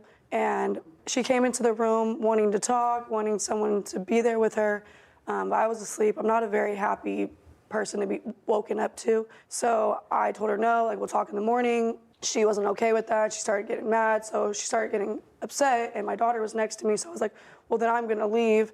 And so I tried to walk out. She grabbed me, she threw me to the ground. She's stronger than me, so she was on top of me. I was just scratching, hitting, pulling, trying to just get away. My daughter was screaming and crying. She's autistic, so she doesn't really understand what was going on, but she was highly upset. She was screaming no. And I was eventually able to like get up and try to leave. She followed me to the garage. I just tried to push and try to just get away from her, but I don't think she really remembers everything, and it just happened so fast. But I was finally able to leave and get out the home with my daughter safely. Okay, good. Okay, bad behavior. Bad behavior. I agree. Bad behavior? Okay. I wish I had a photograph. Okay, within 5 days, pick up your kayaks. Are we done here? Can I explain my end or no? What? Can I explain my end or no? You did explain your end. You said you didn't think it was fair when she wanted her kayaks back because we were going to use them together. But now you're not going to use them together because you don't like each other anymore. So you're not going to use them together, so she's going to get them back. Alrighty. Great. Perfect. Thank you. This court is adjourned. There was a lot more to the story than happened, but unfortunately, I guess the best outcome would be just to go ahead and give her back her kayak. So It shouldn't have gone to this point. I should have got him back after the incident. For adults, it should have went way smoother. there was a lot more insult that happened, like on both ends. wasn't necessarily the whole full truth. I think she's just going through a lot with whatever she's going on with her ex, and just I feel like it just got taken out on me. Because we were like sisters before, and things just kind of, go south, and unfortunately, we lost our friendship over that. So we've been friends since middle school, so I don't know what the future holds, but I hope maybe one day we can talk and we can work things out. Only time will tell. I think probably the only thing that bothered me in that case was what the 5-year-old was doing out at midnight at a party where people, at a gathering where people were getting... A breakup party, A breakup party. Easy case. Yeah. Easy. She paid for him. Suing her former employer, Kimberly Stewart, for unpaid wages and defamation of character. Court come to order. All rise. Have a seat, please. Hello, Judge. Case 2103, Horn versus Stewart. Thank you. You're welcome. Ms. Horn, it is your allegation that the defendant, for whom you worked for a relatively short period of time, owes you some wages. Yes, ma'am. And in addition to owing you wages, you are suing her because you claim she defamed you by calling you a drug addict. And she went to my board telling them that I did other acts. Well, you can't tell me what she told anybody else because that's hearsay. Could I give you the evidence? No, you have to wait until I'm finished. Okay. That's your claim, that she owes you money for wages that you weren't compensated for and that she defamed you. The defendant says that you were an hourly employee. You were, in fact, paid for the hours that you worked. I assume that you are claiming that she paid for the hours that she worked. She has a counterclaim, and her counterclaim is that after you separated, parted company, you posted some very damaging and defamatory comments on the internet about her organization. So why don't we start with you, Ms. Stewart, and tell me what kind of an organization you have. Your Honor, what we do is that we provide opportunities for people who have substance abuse, behavioral health, who may need education services such as getting their GED. We do skills training. We have employers that will staff them as well. And we also provide substance abuse and behavioral health services. Is it a 501c3 organization? No, we are a for-profit company as a corporation. And how many employees do you have? We currently have 7 employees. And when did Ms. Horn come to work for you, and what was she hired to do? She was hired as the clinical director, and she started on July 21st, 2022. Okay, before I go to Ms. Horn, I want you to tell me what special training did you have, or is it required to have? You're the director of this? I'm the VP of operations. Okay. Is there any special training that you had? Besides having the master's in accounting, I have my own accounting firm. Okay, so you have a master's in accounting, and you have your own firm. Yes. Okay, and you do operations for this. Okay, and Ms. Horn, I'd like you to tell me what your educational background. You were hired as the clinical director. Yes, ma'am. So tell me about your educational background. I've been in the field for 15 years. I have a master's in counseling psychology. I have my LPC, which is an independent licensure. And so when she wanted to do illegal practices... No. You're getting ahead of yourself, Ms. Horn. Yes, ma'am.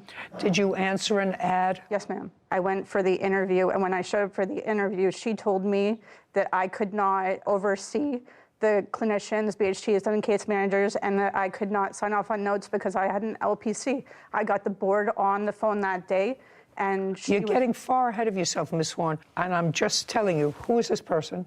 My dad, Your Honor. Okay, I'm just telling you that what you're doing is, by not just answering my questions, you're not serving your cause well. Yes, ma'am. Do you understand? Yes, ma'am. Okay. Don't tell me what she told you she couldn't do. You started working for her on what date? The date that I actually started working for her was July 27th, 2022. And were you an hourly employee? No, I was a salary employee. Could I show you? Yes. Thank you, Your Honor. Sarah, would you bring up a July calendar for me? I want to see the days in July. I have it. Okay, so this was an offer, and it was a pretty nice job. Paid on a bi-weekly basis, $115,000 a year, with an increase the following year. The work offer was contingent upon a background check. Yes, ma'am. A drug test. Yes, ma'am. Participation in training, and any other safety measurements for staffing. So between July 21st and July 27th, when you started, was a background check completed? It was completed. That's all I want to know. Was completed. Was a drug test completed? Yes, Not ma'am. before she started. No. Just a second. Between July 21st and July 27th was a drug test conducted. Yes, ma'am. It was conducted, but on the 28th, her drug test was done on the 28th of July, after she had started. Okay, so you took it on the 28th. Yes, ma'am. I need from the 27th to August 3rd. Yeah, the 27th was a Wednesday. Yes. August 3rd was the following Wednesday. Okay, so she worked Wednesday, Thursday, and Friday.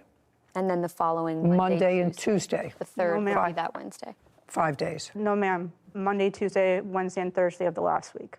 Her grand opening was the Thursday of that week that I quit. And what she is talking about, I talked about at the beginning before I took the drug test, and they said that it was no problem. I take medication that's prescribed by doctors, and I have proof that I take medication by doctors, and I'm not a drug addict. Well, I don't want to get into what medication that you take that's prescribed by doctors. I would assume that we're not talking about blood pressure medication, and we're not talking about medication for migraines, and we're not talking about stuff to take care of rashes on your arm. No, ma'am. Okay. So let's say you worked there for 6 days. How much were you paid? I was paid $55.29 an hour, but I worked those 7 days. How much were you paid in total? So the last paycheck that they gave me, $909.58. May I see it? Yes, ma'am. And I want to send up, I think I have the credit card because she had owed me money. And here are the days that I worked. What is circled? Do you have a paycheck? She did not give me a paycheck. The first one was a paycheck. The others were direct. I want to know how much she paid you in total. Let's have it. So for just wages itself, that's all I want to know. I was paid. You want to tell me, do you have records, Ms. Stewart, about how much the plaintiff was paid by your organization? She received 2 checks. She was paid $1,903.38. $1,903. And that was for? When we did the drug test, she was gone for over 5 hours. Drug testing are supposed to be done before or after work hours. Then she returned back to the facility between 4:30 and 5 p.m. that day and said that she had an emergency, that her friend was in the hospital, and so she could not work anytime. Then after that, on the next pay period, Sherna wasn't. She really only was with you for 1 week. Yes. On what date did you tell her that? About the 28th, yeah. On the 28th, did you tell her that on the 21st? No. I'm just asking you. No, because what happened that day was it was a confused interview where I was about to walk out. Okay. Well, I'm getting unconfused.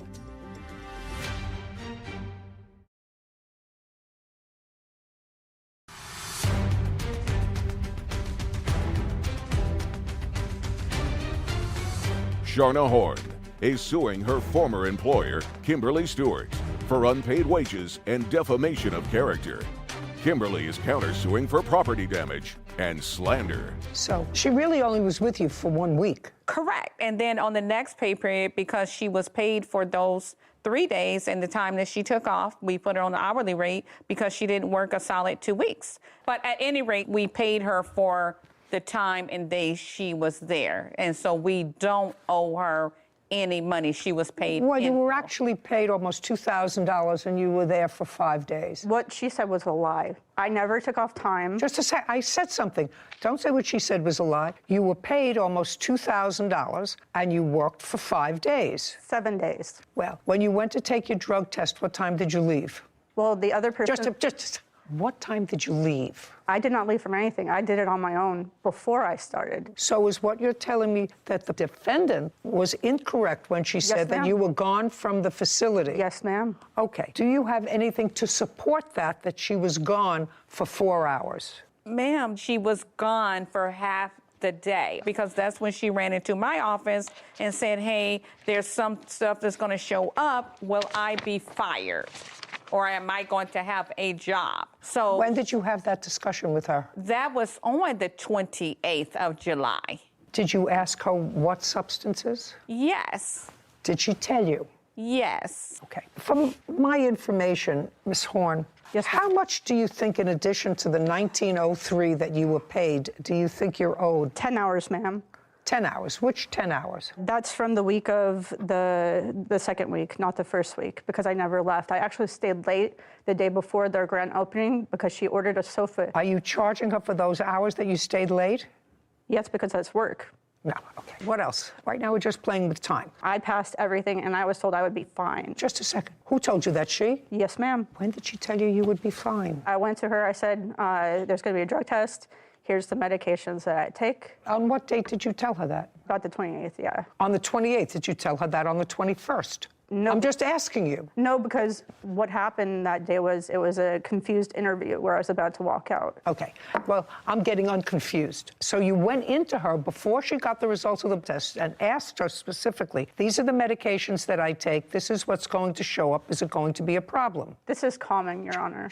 Is who? This is common in my field, to take drug tests before all the field. You're going to answer my question. Yes, ma'am. My question is, if you knew that it might have been a problem, you did not tell that to her on the 21st of July or the 22nd or the 23rd or when you started, but not until either right before or right after you took the drug test. That's when you said you went into her office and said, these are the medications that I take. Is it going to be a problem? Yes, ma'am. Mr. Horn, actually, I'm glad you're here with your daughter.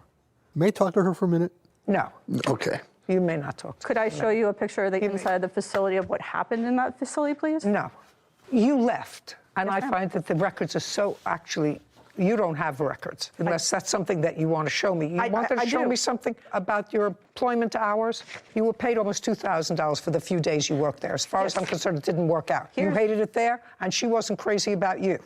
Because I had to leave because I was going to be violating state law and federal law, which she's already done, Your Honor. I'm going to ask you, and you've been doing what you're doing for 15 years. Yes, ma'am. Tell me what job you had that lasted more than 3 years. I've moved Tell me who you worked for in the last 15 years, more than 3 years. I can't because I was in graduate school and then I went to So you weren't, PhD. just a second, so you weren't in this field for 15 years, you were in school? I've been seeing clients since 2007. Privately?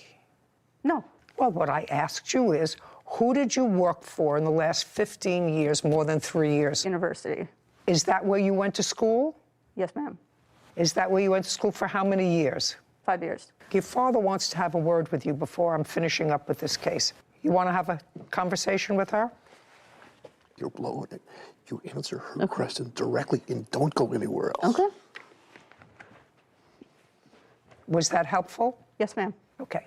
We're leaving the salary that you think you're owed. You say that the defendant called you a drug addict and thereby limited your ability in your chosen field. So show me, tell me. I would like to submit the board allegations because everything... Just a second. And may I provide the timeline for what happened? What I want to know is, what is this? That is a falsified document. No, just a second. It is a document. To my board stating that I did things that I did not do. I highlighted the bottom. To your board or to the board? Shh. Okay, so this says a complaint was filed against you with the Arizona Board of Behavioral Health. Complaint alleges that you may have committed an act of unprofessional practice. If this is somebody filed a complaint against you. She lodged a false complaint. Shh. No, somebody lodged a complaint against you. Yes, ma'am. Doesn't say who lodged a complaint against you. It says a complaint has been filed. You didn't file this document. Yes, she did. Excuse me? It's her signature at the bottom. The types of documentation that were filed was list of medications, harassing and threatening emails and text messages, and budget left in desk. I don't know what that means. She said I had all of my possessions, but how did she only have my budget? Just, I'm telling you that this is what it says. Yes, ma'am. Okay? The CEO filed this document, and you swore to the accuracy of this document. Well, this report says that you were complaining that the person who was doing intake had to have a master's level. Don't look at any papers. That's what you were complaining. Yes, That's ma'am. your first complaint. Yes, that ma'am. the person doing intake, and somebody said to you that the person who was doing intake was just taking basic information, and once the basic information was taken, they would be assigned to somebody else. But that's Your what Honor, it said. She said that she wanted to get some substance use information. My state board gave me this paper that I'd like to submit. Just a second. I don't care about your state board, actually. The question is, does she owe you any money? She doesn't owe you any money for salary. I've already determined that. I see what she was supposed to pay you. It's not that you were working there for days. You have hours that you think you want to be paid for. That's not happening. You were paid almost $2,000, and what I gather was a very acrimonious few days. I mean, you're talking about either 5 days or 7 days. You were compensated. Forget it. Do you have any security footage of her? I do. Put your hand down. She said she had. Put your hand down. You're going to see the video. No. Not the video. She stated in a document she had video of it. I don't think you understand the court process.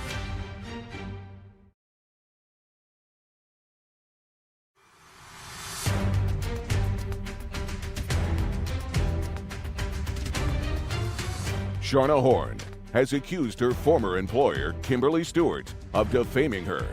Kimberly claims Sharna caused property damage and slandered her business. Okay, the only other thing that I have to determine is whether or not she called you a drug addict. Now, would you show me where she called you a drug addict? It wasn't just the drug addict. It was the false documents that I No. She's allowed to file a complaint against you, But I madam. never had a police officer come to me, question me, or anything. So if I did it, they would have come to me. Just a second. What I'm telling you is she is allowed to file a complaint against you. Yes, ma'am. They have a responsibility to look into the allegations of that complaint. Did they either sustain the allegations in this complaint? Well, this is just August, so I assume they haven't completed the investigation, or have they?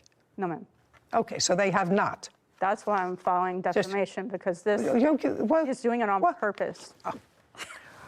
I'll let you have one more go at it. You say she's doing this on purpose. Hold on. Do you have... Yes, I have my father, who's a witness from court one day. What court? Can I explain? Don't speak. We were in court because they tried to file an injunction for harassment, and the judge, my dad... Just a second. Went to file an injunction against you for harassment? Yes, ma'am. Right after I went to the police. Just a second. And were you served with a document? No, ma'am. Well, then how did you end up in court? I saw the document on my door, and unlike the defendant, I went to the court to take care of it. You can laugh all you want, but I took care of it. You have to be served with it. I'm actually finished. I asked one question, and you tell me that you have the answer to that question. We're going to repeat the question. Whitney's going to, and don't go off on this question. Just stick to what the question was. She said they did this thing, it's sort of either retaliation or on purpose, or... She said that's why I'm filing defamation, because she's doing it on purpose. On purpose. Okay, and it was the on purpose, and you said you wanted your father to testify to that and on purpose. Now go. Stand up next to your daughter. You are limited to the following. You are limited to telling me proof that you have on behalf of your daughter that the defendant has filed these charges against her, not on purpose, because she absolutely did them on purpose, but I assume that you meant maliciously. Yes, ma'am. Now I'll hear you. Okay, I'm going to keep this in secret. Maliciously. What evidence do you have that the defendant filed this complaint and swore to this complaint maliciously? I have no proof, but... Then you have no proof. Then you can sit down. Right, but that's not the question she asked. All I want to know is maliciously. Now you can sit down. Okay, now we're going to get to the last question that I have for you, and then we're done. Do you have anything in writing where she called you a drug addict? Your Honor, in the complaint to my board. Okay, we're done. We're done. So now we're on your case. Now we're on your counterclaim.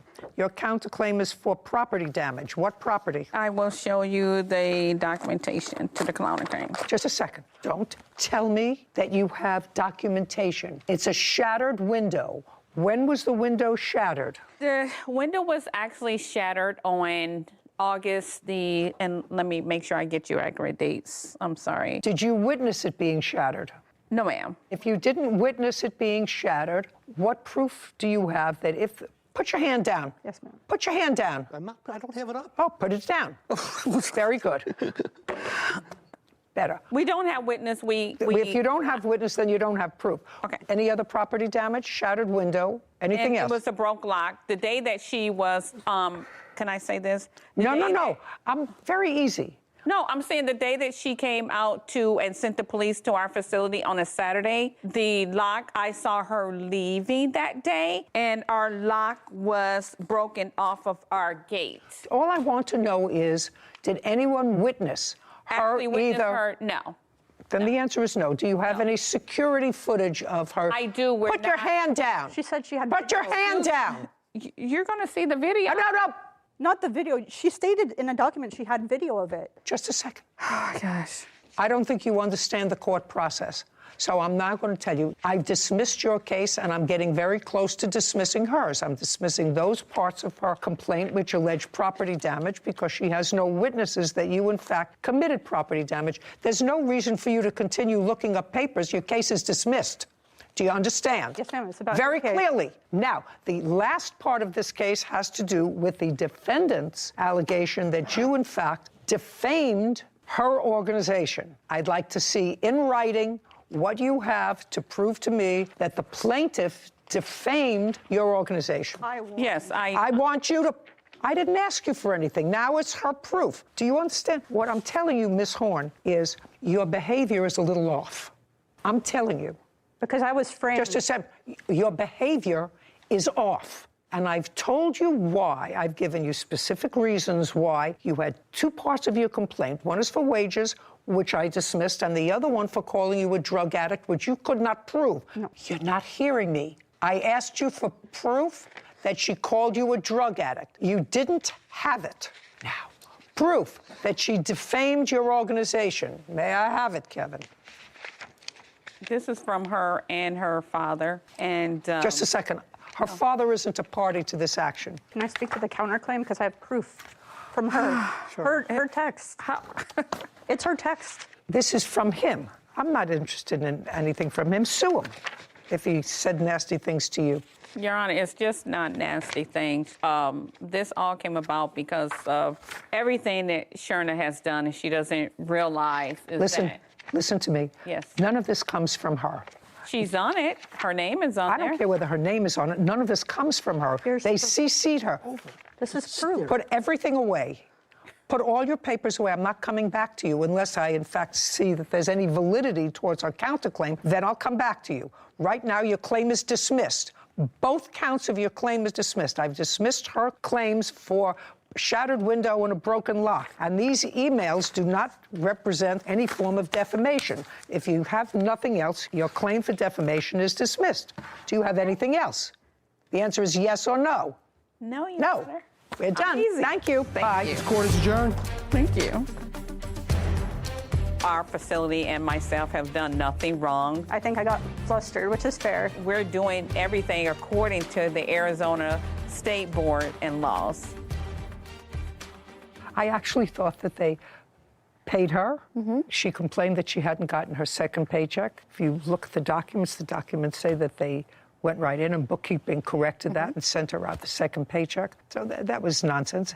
And there was absolutely zero proof that they called her a drug addict. Except for in a valid document that they filed, which they have a right to do. It wasn't the type of slander we usually see where it's plastered on the internet or anything like that. And certainly the defendant didn't present any proof other than some nasty emails back and forth by her father. Yeah. Maybe he's just being a supportive parent. Anyway, I hope she finds a job that's comfortable for her. Yeah. Sister, Kelvis Bentley, for moving costs. Court come to order. All rise.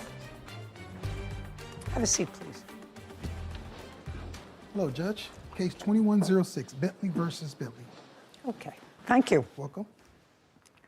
Miss Bentley, this is your sister. Yes. The case is relatively simple. Your mom passed away a couple of years ago. There was a house full of furniture that belonged to your mother. According to what I've read, and this is broad strokes, according to what I read, your sister, what's your first name? Kelvis. Put your mother's property in a storage unit.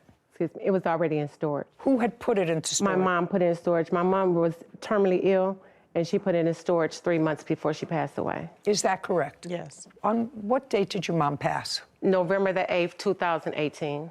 So it would have been in storage since August of 2018. Correct. From August till November, who paid for the storage unit? I have been paying it. And how much is it every month? right now is $209, but it was $182 in the beginning. But about $200 a month, and it's been 3 years. Yes, I've been paying that every month. This is what your case is about. You say that you gave your sister $900 for the purpose of traveling, getting your mother's things out of storage so that you could all disperse your mother's property. Yes, but the amount is incorrect.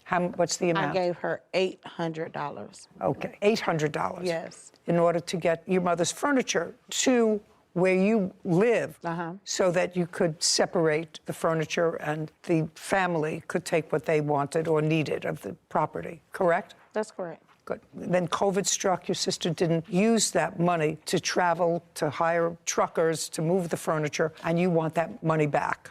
Yes, that's correct. That's the whole case. Okay. Just for my own information, you do expect when that furniture arrives to be one of the beneficiaries of that furniture. That's what your sister says. She says that that's the plan once it all comes back. That's not correct. I didn't want anything out of the storage but pictures. Pictures? Yeah.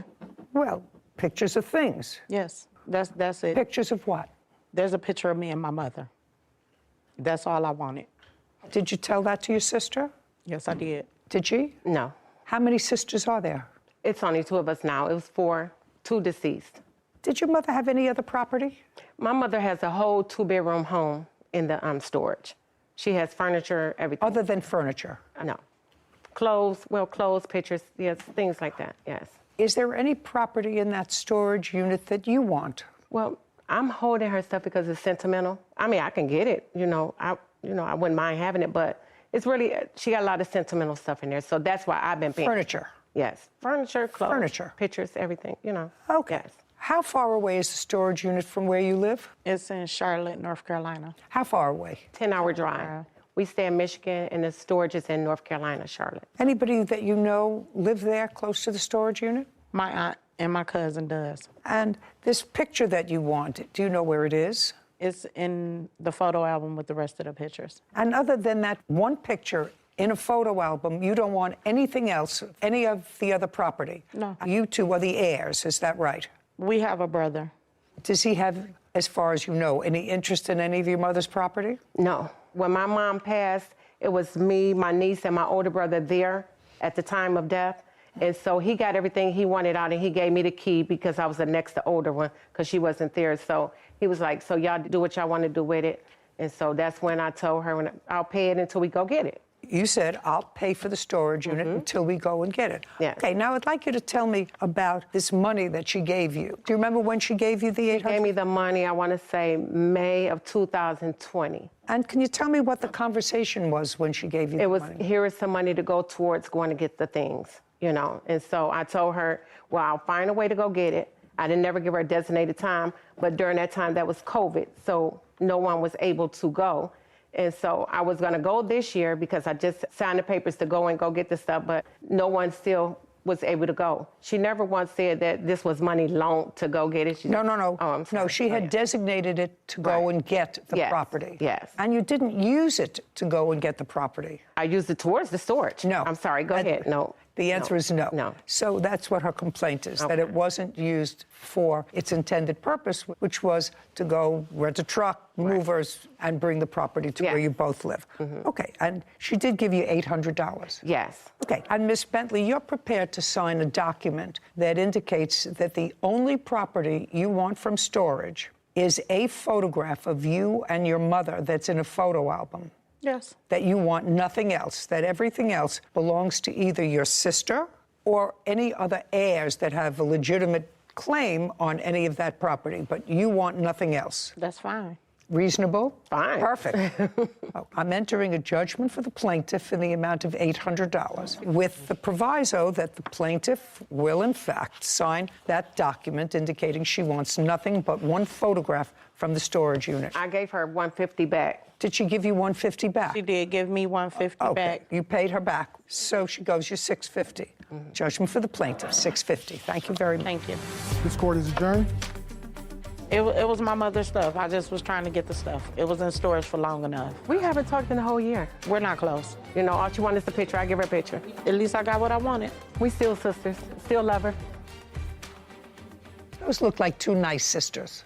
And I think part of that problem is the intervention of COVID, which really turned everybody's life upside down. Especially family units. Family units, because I think that was the intention, that she was going to pay for it to all be brought up, use that money, and then they would go through the property and decide who wanted what and what would be disposed of. It's not an egregious case of misappropriation of funds. All well-intentioned, I think. Well-intentioned. I thought it was a sweet case.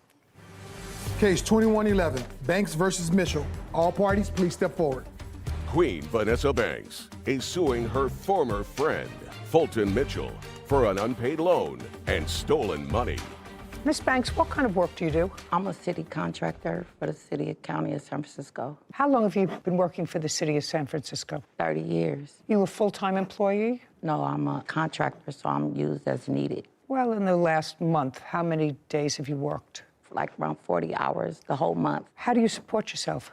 I'm on disability. How long have you been on disability? Since roughly like around February of 2022. When you applied for disability, were you originally rejected or did they accept your claim? I was rejected 3 times, actually. So when you started collecting in February of 2022, you got a big check for back disability. Yes, ma'am. I know my business. How much of a check did you get? I got $7,000 the first time, and they just submitted me like $8,000 a month or 2 ago, and then there are some more coming. It ain't all came yet. They advised you, because you were rejected, as you said, 2 or 3 times, that there would be a total amount coming to you. You got a letter from the administration. Yes, ma'am. Yes. And what is the total amount that they told you you would be receiving in increments? I think it was like $18,000. And you had a lawyer at the appeal. Yes, ma'am. Now, when you applied for disability, did you say that there was no kind of work that you could do? I'm jaundiced. I know that people put money in somebody else's bank when they want to hide it from the government, creditors, a spouse looking for support, all what I would call nefarious reasons to put money in somebody else's bank.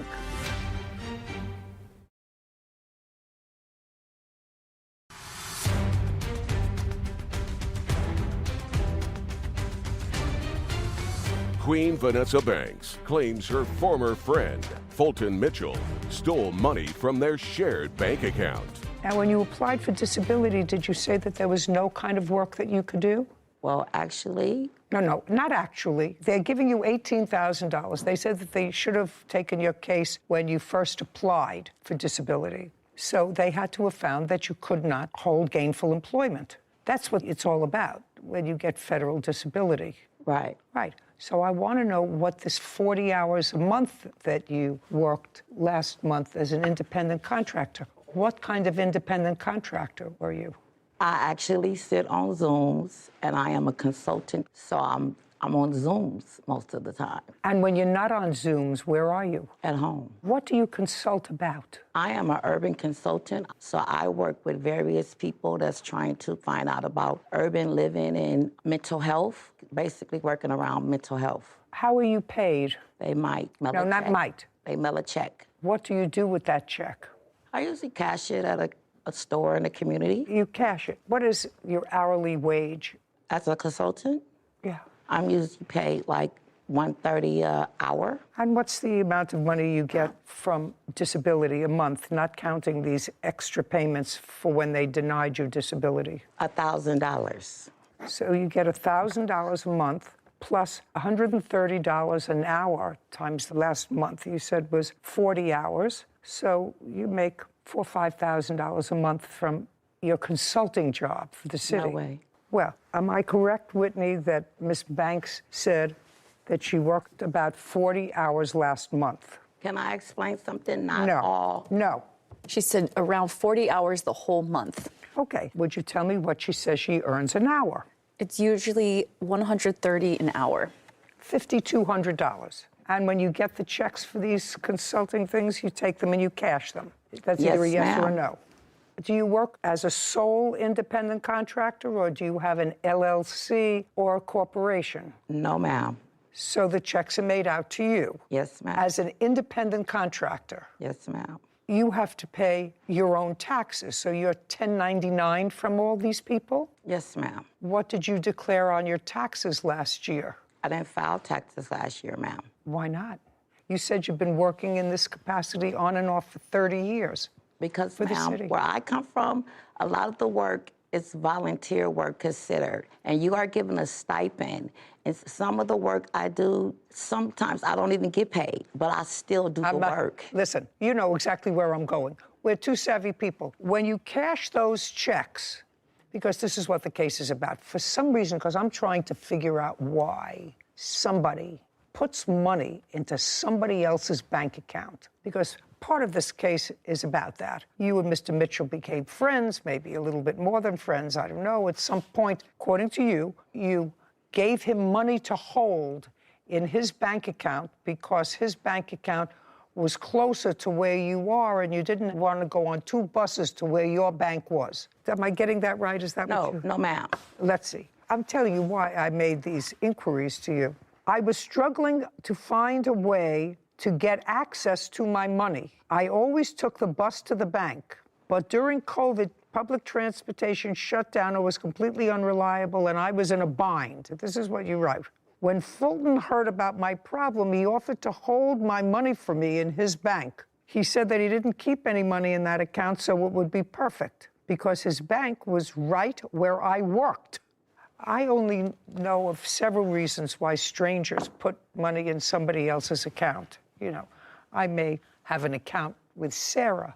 I may have an account with one of my other grandchildren. I have an account with my husband. But I've had a best friend for 70 years, and another best friend for 30 years. And I would never think of putting money in their bank account because there are banks all over the place. I'm just telling you, you know, I'm jaundiced. I know that people put money in somebody else's bank when they want to hide it, when they want to hide it from the government, creditors, a spouse looking for support, a spouse looking for alimony, a contractor who has a judgment against them. All what I would call nefarious reasons to put money in somebody else's bank. But let us say that you did put money in this bank account, and you say that money was withdrawn. Your money was withdrawn from that account to pay his taxes. Is that what you're alleging? Yes, ma'am. Okay. How much was withdrawn from his account that only his name was on? Or was your name on it too? My name is on it too. Oh, there we go.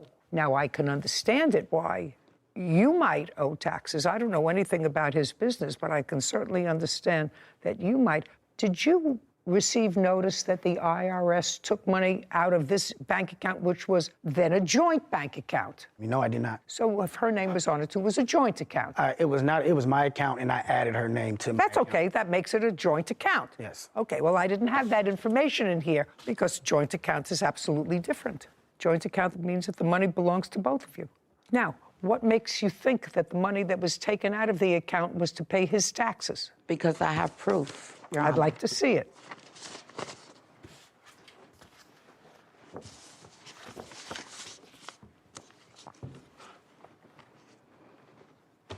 What account is this? Whose money is that? Mine.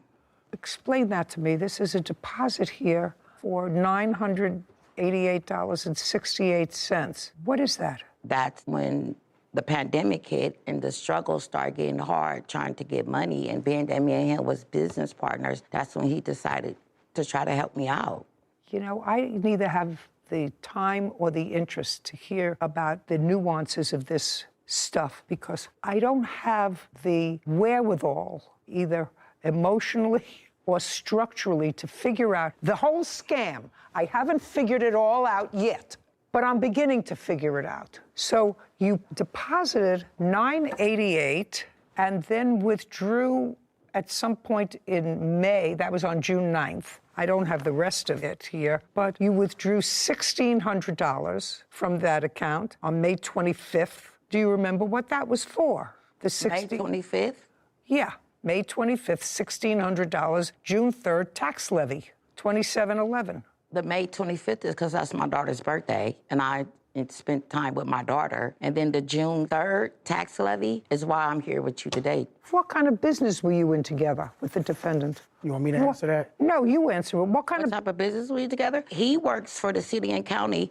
I'm a grassroots organizer, so I work within his organization so that we can do things together. That's not true. Your Honor, I have proof I do work with his organization. I'm putting on a Halloween event. I don't Here's care. his logo on Let's there. understand each other. I don't care because something doesn't smell right for me. And if something doesn't smell right with this nose, it's usually accurate. Usually. You said you took out $1,000. When and for what purpose? I took out the $1,000 and I gave it to Ms. Banks. That's not what you said. What did I say, Ms. Judy? It's not what you said. It's not what you swore to.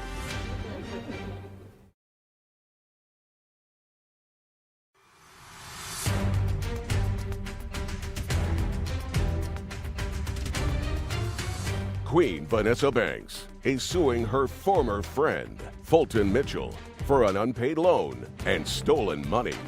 When someone puts money in somebody else's bank account, it's because they're trying to somehow shield that money from some sort of scrutiny. If your only source of income, which you would like me to believe, is this $1,000 from disability and the $18,000 that you're going to get for retroactive disability. She was on some other kind of services also. I don't know whether it was SSI or something. When she first came to me, she wanted me to hold the money and put it in my account because she didn't want it to mess up her money. That's not true. That's not true, Your Honor. He started helping me in 2019. In 2020, he asked me for a loan to help one of his daughters of $1,900. We were both trying to start up a business. We didn't know the pandemic was going to come, Your Honor. We was trying to start up a business. I've never tried to start up a business. Just a second. Your Honor, I got proof because he lying to you. Just a second. I don't care that you were starting a business. It doesn't make any difference to me. It really doesn't make any difference to me. You had a joint account, and the IRS took money out of that joint account. Was that your tax debt? I don't know. The answer is you don't know. Okay. Well, this says that it was the levy from California Franchise Tax Board was against Fulton W. Mitchell. That's me. That's what it's... I asked her to show me that. I said, prove it to me. No, she never showed me that ever. Okay. So my question to you is, sir, because you have to pay your own taxes. Yes, ma'am. Right? You would acknowledge that this bank account had only her funds in it? No, it had my funds in there, too. Show me any deposits that you made into this account. Well, I had money in there way before I put her money into my account. It's been in my account for over 10, 15 years. What I want to see, Mr. Fulton, yes, is any place where you deposited $27.11, because that's what they took out. No, I didn't deposit $27.11 into that account. Ever? No. Okay, good. This responsibility is yours. You would acknowledge that it's yours? Yes. Okay, so that's $2,700, which you in fact owe her. She probably owes IRS or the state of California more money because I'm not sure that they know where all this money is going. Did you take any other money out of that account? No, ma'am. Yes, you did. You took out $1,000. You acknowledge you took out $1,000 by accident, you said, sir, and you said you paid it back. She got it back. Okay, well, That's then not don't true, say, Your Honor. shh, don't speak. Got into enough trouble, right, so far. You said you took out $1,000. When and for what purpose? I took out the $1,000 and I gave it to Ms. Banks. That's not what you said. What did I say, Ms. Judy? It's not what you said. It's not what you swore to. You said, there was a time when I accidentally withdrew $1,000 from the account that belonged to Vanessa, but I paid her back in June 2022. There you go. I said, what do you mean, there you go? I said, when did you take money out of her account? That was the only time I took the money out. Well, tell me about it. Vanessa started harassing me. She started showing up to my job and just doing all kind of stuff, so I was just trying to get rid of her. And? So I took the money out and gave it to her, and I'm... Just a second. Put your hand down. Don't you understand what you signed? Yeah. You said I accidentally took money out of her account, but then I gave it back to her, because if you accidentally took it out, it means it didn't belong to you. When did you accidentally take it out, and when did you give it back to her? I took out the money, and the money was given to her. That was it. That was it. I was done with it. Well, I was done with her. I was done with all of it. There was a time when I accidentally withdrew $1,000 from the account that belonged to Vanessa, but I paid that back in June 2022. Those words are mixed up a little bit there. That's what I read. That's your answer, sir. As for the rest of the money she claims I owe her, it's all a bunch of lies. I never took a $1,900 loan and don't owe money for the IRS. Well, you do owe money for the IRS because one of the things I think that everybody has to pay is their own tax levy and their own child support. You would acknowledge that. I agree. Okay, tell me about this loan of $1,900, Ms. Banks. Mr. Mitchell had fell into a lot of hardship in the pandemic, and he came to me and asked me, could I loan him $1,900 to help out one of his daughters? And I gave it to him, and he agreed to pay it back, and we was just like trying to handle business together. And I thought he was a friend. Show me proof that you gave him $1,900. It was cash, Your Honor. The $1,000 he's saying he handed me back in June, that was from the $1,900. I'm not following you, madam. Are you saying that he in total owed you, forget the IRS, $2,900, $1,000 that he took in 19? He asked for $1,900 Never asked cash. you for $1,900. I gave him $1,900 in cash. Not true. Then he paid me back $1,000 in June of 2022. If you have money in my account, why would I ask you for $1,900? I would just go in there and grab it. That makes no sense. Just a second, why are you talking to her? I'm sorry. Where do you think you are? I'm sorry, I apologize. She's never given me no $1,900. She's never given me anything in cash, period, ever. I have proof. I'm willing to look at it. Yes, I told him that I needed to move forward with it, and if he don't give me what I need, I'll put it in writing. So well, you we may had a put it in talk. writing. Well, you sent this to him, and it says acknowledgement of monetary debt in the amount of $4,600. You typed this up, and he never signed it. No, he never signed it.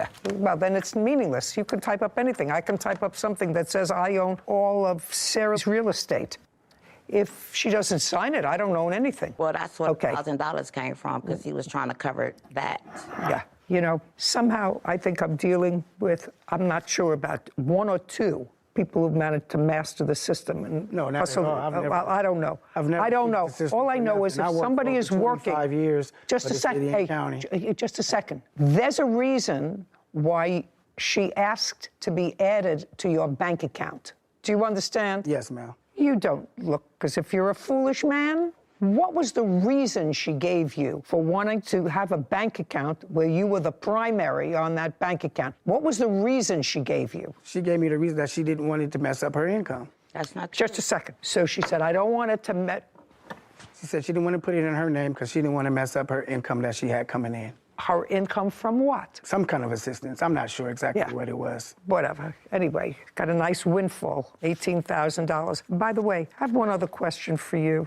In your complaint, which you read and signed and swore to, Fulton heard about my problems with money and where to put it, and he offered to hold my money in his account. He said he doesn't keep any money in there, so it would be perfect, because his bank was right where I worked.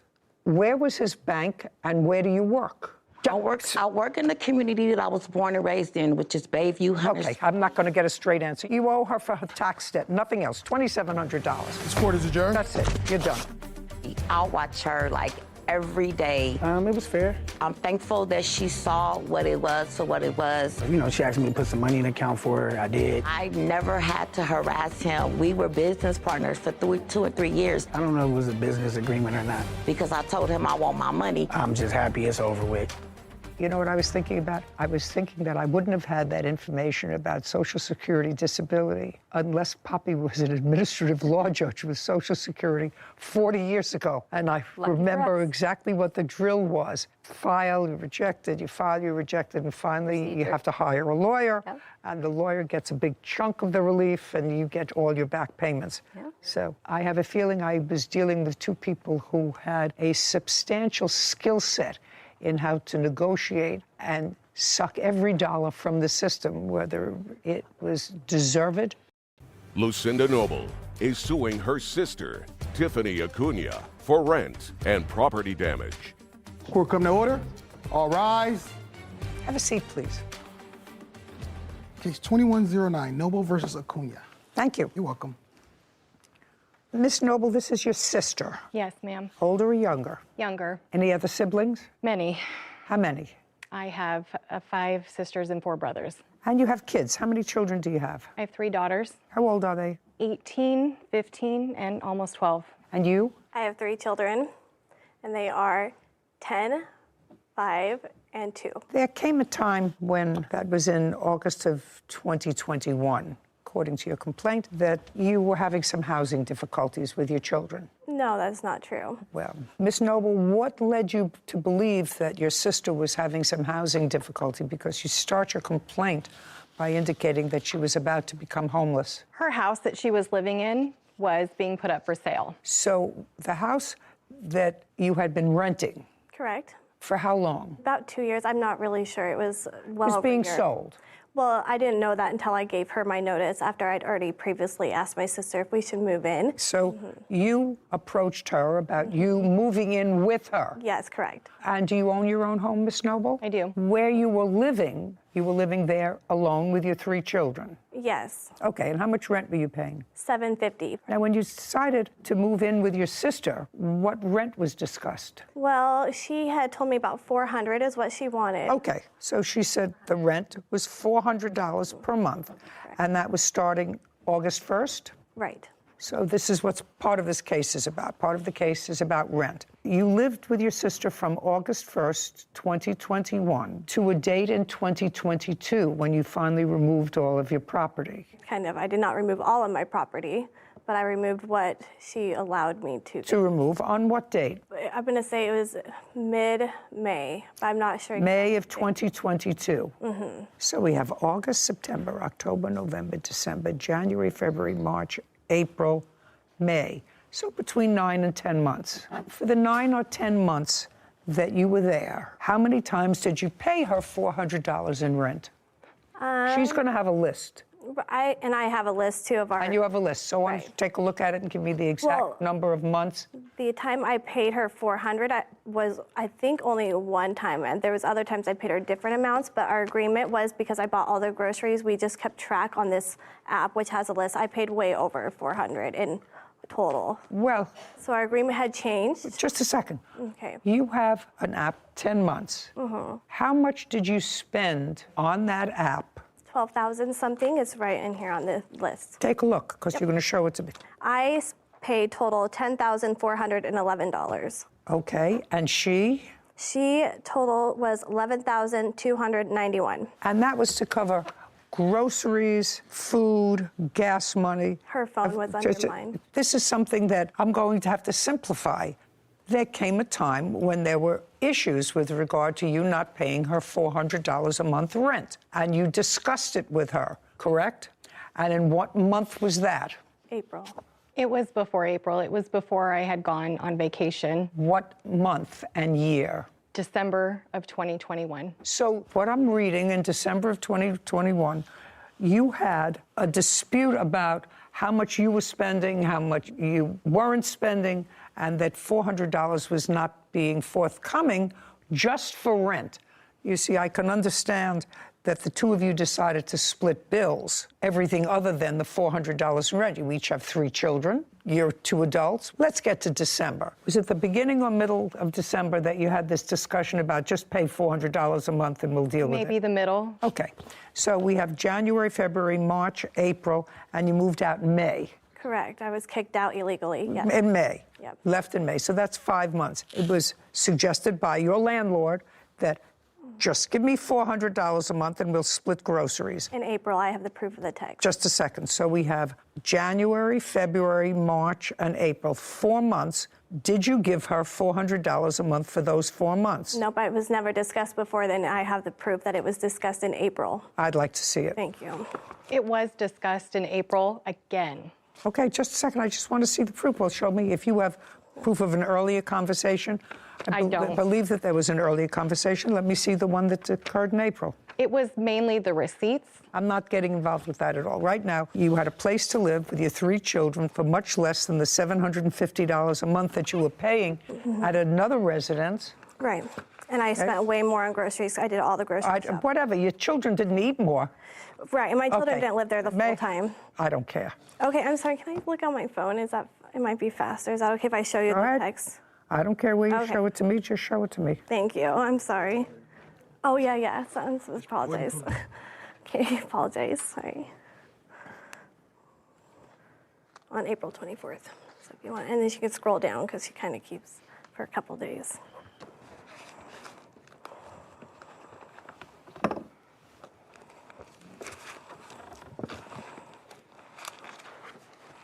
Oh, that wasn't an agreement, madam. These were final acts of desperation to get you to pay $400 a month. Here. That was the first time I'd heard, about her. Oh, no. That wasn't the first time you heard about it. Right. Because the first line is $400 better be under my door. Right. So that's Right. not the first time you heard about it. Right.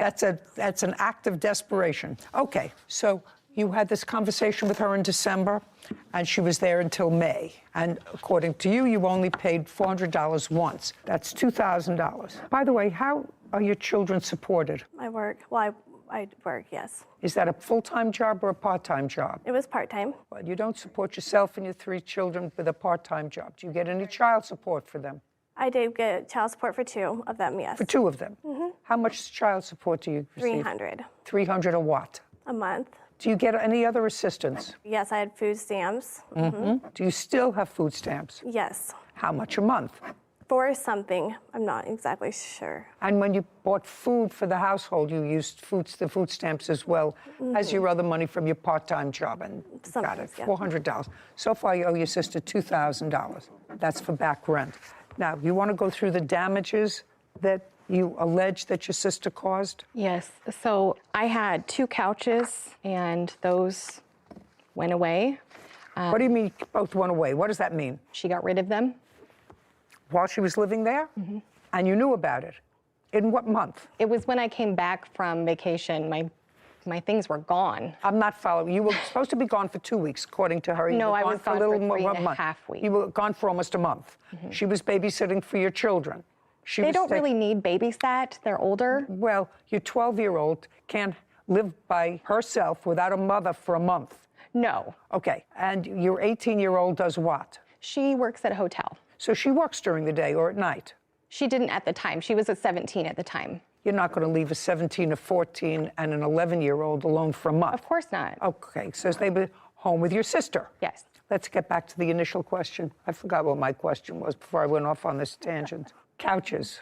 The couches. That's where we're at. Yes. So you went away for a month, and when you came back, couches were gone. Couches, like the whole house had transformed into basically her house. I don't care, basically her house. I want to know what was missing. So the couches were missing. Okay, which couches? Couches from where to where? So the couch from the living room, it was a sectional, and the couch from the basement. Living room and basement. What happened to those couches? Oh, they were gone a long time before, and I can prove you a text of her saying that they were gone before I even moved in, actually in August. She knew, and her daughter and her boyfriend helped me load them up and take them to the dump. She, in fact, told me she was getting rid of a lot of old furniture she did not care about. I have pictures. Just a second. What you have is proof that those 2 items were disposed of before she went away on vacation. Way before I moved in. Okay. Now, Ms. Noble, your sister says that she has proof that those 2 couches were disposed of well before you went away on vacation. If she does, I'm not going to be happy with you.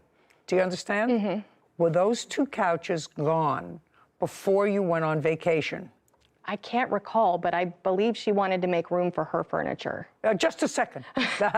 Were those 2 couches gone before you went on vacation for a month? I know the basement couch wasn't. Okay. I think you're full of baloney.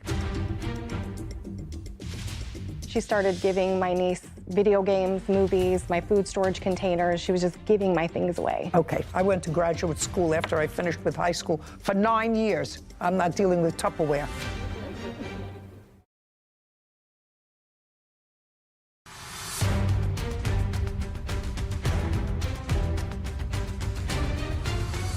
Lucinda Noble claims her sister, Tiffany Acuna, owes for rent and property damage. Tiffany is countersuing for an illegal lockout and filing a false CPS report. Okay, let's go. Property taken without permission. What property did she take without your permission? Okay, so how far she owes you for rent? The TV stand, she broke it and threw it under the trampoline. What's next? The weed trimmer. She took that. She started giving my niece my belongings while I was gone. She started giving my niece video games, movies, my food storage containers. She was just giving my things away. Okay, she owes you for rent. I went to graduate school after I finished with high school for 9 years. I'm not dealing with Tupperware. So far, she owes you $2,000 for rent. Okay, and then there was also the wall damage, the windows, the blinds, just a second. Just a second. What wall damage and where? The wall damage is from the room that she was staying in and the room that her boys were staying in. May I see the damage that you're referring to? Here's the one more of that, and then here's the blinds, and this was damages from her cat.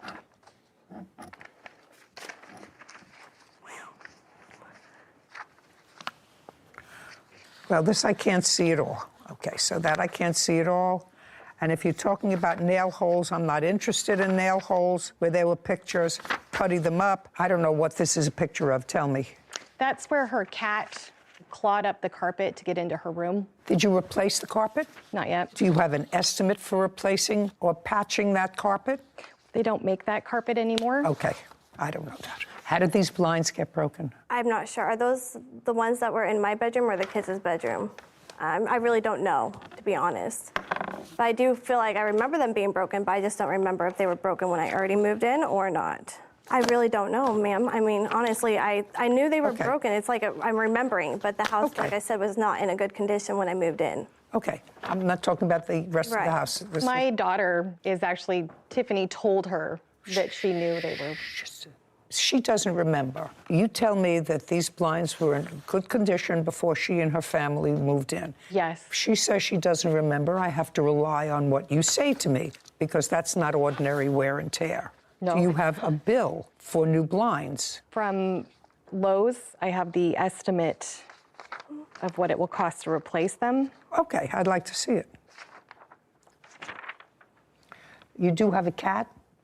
Yes, I have one cat. Okay. She has multiple. So we're talking about $47.98. Times 2. Okay. Anything else? Any other? For 2 blinds. I only see one. No, those are 2 different windows. Oh, times 2. You're right. Anything else? I have to remove the junk that she left at my house. I was not allowed at her house. What else? That's... Okay, if you have to think that hard, then we're finished. We're moving over to the countersuit. Okay. Counterclaim is for an illegal lockout.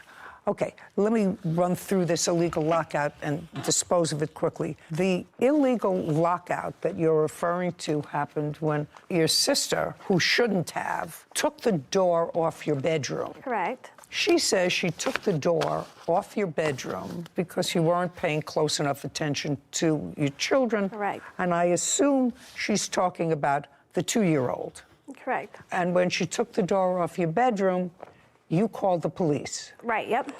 I called the police. I have the incident report. Yes, you called the police, and the police came, and when the police came on, do we have the date? 26 April. The police arrived, and they told her she couldn't lock the door, and you were let in. Correct.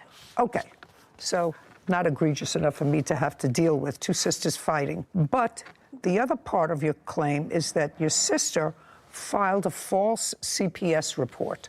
Right. And first, how do you know a CPS report was called in? Well, they called me. Real quick. Child Protective Services. Right, they did call me. But first, I actually had the phone call from my sister, my witness, who is here right now, because she had pre-warned me because she had gotten the phone call from this sister saying, Lucy is going to call on you. Okay. Do you want to step up? Sure. Tell me your name. My name's Stephanie Aslett. I'm the older sister from these 2. Yeah. When did you have a conversation with Miss Noble about the defendant's children? The same night that the cops were called. Tiffany had called me because Lucy's daughter had crawled through the window and opened the door. So you spoke to Lucinda? Yes. On April 26th? Yes. Did you call her or did she call you? She had called me because she wanted to let me know that the cops had been Do you recall that conversation? Yes, I do. Okay, tell me about the conversation. She called to let me know that she was letting me know that since I was the only one probably capable or in this position to take on a child if CPS was involved, because the 2-year-old would not be able to go to his father. He was in prison at the time. And I was like, why are you calling and telling me this? Tiffany's a good mom. What's going on? And she goes, no, she's not. I've already called CPS and forewarned them that this is happening. she needs to be taken care of. What's happening? Apparently there was lice on her daughter when she was at her father's house, and the 2-year-old, apparently he was running around with a wet diaper. Who was taken to their father's house? The daughter that had the lice was, The daughter is the 5-year-old? Yes. And Okay, not the lice 2-year-old. Yeah, she supposedly had lice while she was at her dad's. Went to her father's, and that was sometime in April. Is that correct? Yes. And got head lice. Well, he had told me, I wasn't for sure, but I'd let my sister know just in case that she may have lice. Let's check the girls. Okay, and your sister was home at the time? Well, no, she was never home. Everything was over text message. Just a second, was that when she was away? She was not staying at the house. She was not at the residence. She was staying at her boyfriend's house that was there. Lucinda was staying at her Yeah, boyfriend's right. house? Yes. Okay, and that's on the 26th? Yes. Is that after the police were called? That was prior to, supposedly the lice was prior to, and that's why she had called them prior to that night. And she was letting me know that she had called them and that I needed to be prepared to take on a 2-year-old. What did you tell her? I asked her why she would call them, what was going on, and I said, this is ridiculous. You know that this is ridiculous? And she goes, no, it's justified. And I said, I don't understand. Did she tell you why? Yeah, she tried to tell me that. Well, tell me exactly what she said to you. Why is this She made justified? the comment that so she called Tiffany has you. not been there. Okay, you had to ask My her words why. to her were, how do you know this when you're never there? And she said? I just know. And gave you no more specifics? No. Okay, you want to tell me about that conversation? I never said I was calling CPS. I said someone will. I know the person who did. It wasn't me. Okay, well. But I knew it was going to be happening. Okay, Stephanie, let's get clear, okay? When you spoke to Lucinda and she said to you, in effect, are you prepared to take on a 2-year-old? Did she tell you that someone was calling CPS? No, she did not. She said that she would be the one calling and that she has already contacted them because of the situation at her home. Okay, now, assuming you and your sister lived alone together, whether you spent time with your boyfriend, I know you have older kids, but you were away. When you were away for that month, were you staying with your boyfriend? Yes. Okay, and you left your kids alone, correct? With my sister. With your sister. Now, why would you feel comfortable about leaving your own children with your sister if you felt that she neglected her own children? They didn't need the amount of care that a 2-year-old does. Are you telling me that a 15-year-old doesn't need a lot of care and watching these days?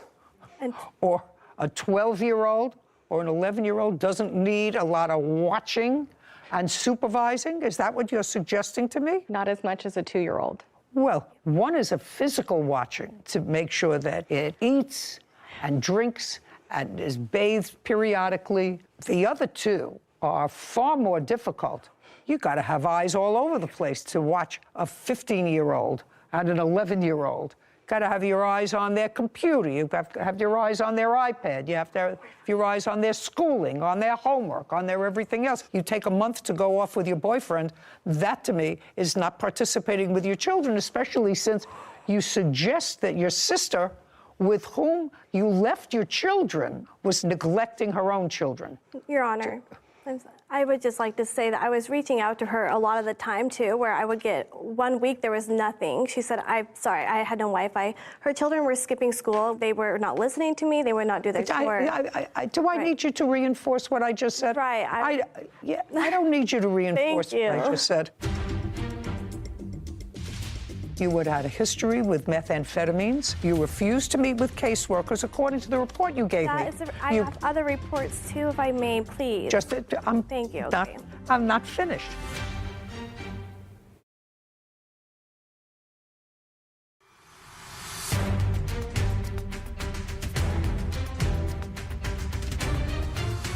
Lucinda Noble is accusing her sister, Tiffany Acuna, of refusing to pay for rent.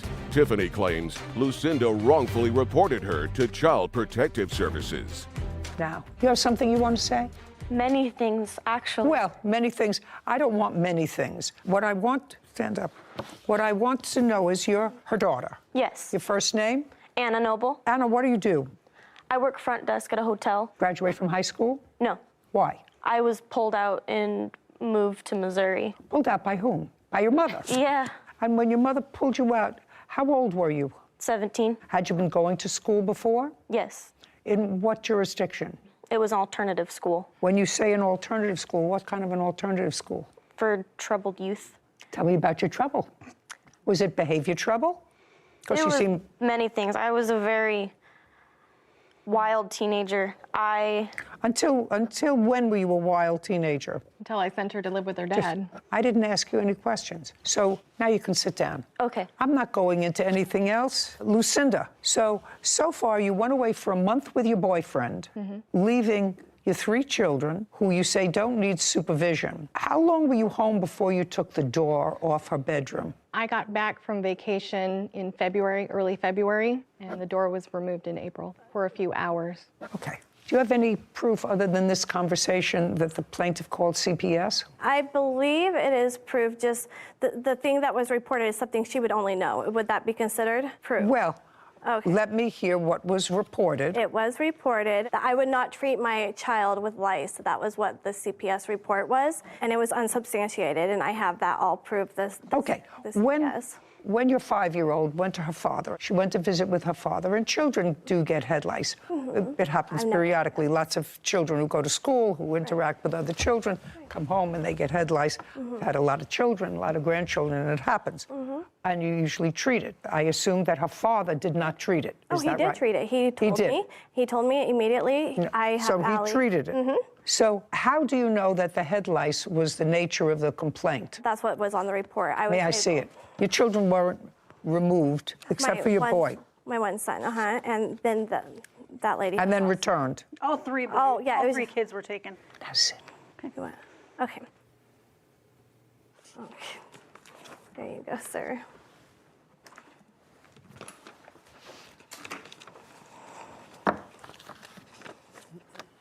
Okay. You had a prior history with Child Protective Services. Which I was unaware. That's either a yes or a no. Yep, yes. And during the course of those prior proceedings, which were relatively current Child Protective proceedings, because that was in 2021, you were clearly drug tested by the Department of Social Services or Child Protective Services. In 2018 or 19. This was at my doctor's prior when I was, and they reported it that I had failed one of my And at that time, you had an open case and you tested positive for serious drugs. Right. Very serious drugs. And this says that while under the influence of those drugs, you drove your children to the doctor's office while under the influence. Right. That's the report. Right. Okay. These reports all seem to indicate that they tried to see you, but you kept canceling appointments with them and were a no-show. Well, okay, that's what this report says. You gave me the report. Right. So let me understand this. After coming in and making an assessment, Child Protective Services determined to file a petition on behalf of your youngest child. Yes, they did. Okay, yeah. Well, after everything I read there, I think that was probably a good idea. I don't know what happened with that. I assume that the petition was ultimately dismissed if you have your children back with you. Right Do you away. have your children back with you? Yeah, right away, as soon as I went to court that day. That's okay. They determined, after they spoke to you, and irrespective of either her motivation or anybody acting on her behalf, or somebody that she knew, or her, called Child Protective Services. The question that I'm presented with, was there a basis for concern about your children? No. And based upon the reports that I've read here, and those are reports that you gave me, Right. that those serious questions about what was going on with the young children in your house deserved a second look. You had had a history with methamphetamines. You had a serious weight loss. You refused to meet with caseworkers, according to the report you gave me. I have other reports, too, if I may, please. Thank you. I'm not finished. Okay, good. Thank you. Because if you've been in family court, as I was for 25 years, often incidents are called in of suspected child abuse and neglect. A caseworker goes out, takes a look, and says, I'll continue to watch it, but I don't have to file a case. It hasn't reached the level where I think that I should file a case and remove a child. In this case, Child Protective Services came and tried to do an investigation, which, according to the worker, you evaded. You missed appointments, you rescheduled, you didn't show up. One time. And then, not one time, they also had a prior history of you involving drugs, involving driving your children under the influence of drugs. Recent history, didn't happen 20 years ago. If it happened 2019, this says 21. If it happened 2019, or 2020, that's still recent history. So whoever called, it was worth, according to this caseworker, they had sufficient information based upon what they saw and what they knew to remove the 2-year-old. So that part of your case is dismissed, which is the only part of your counterclaim that I was really entertaining. You owe your sister $2,096, $2,000 for rent and $48 for, I forget what it was, blinds. Thank you, we're done. My This court is property, adjourned. We're done.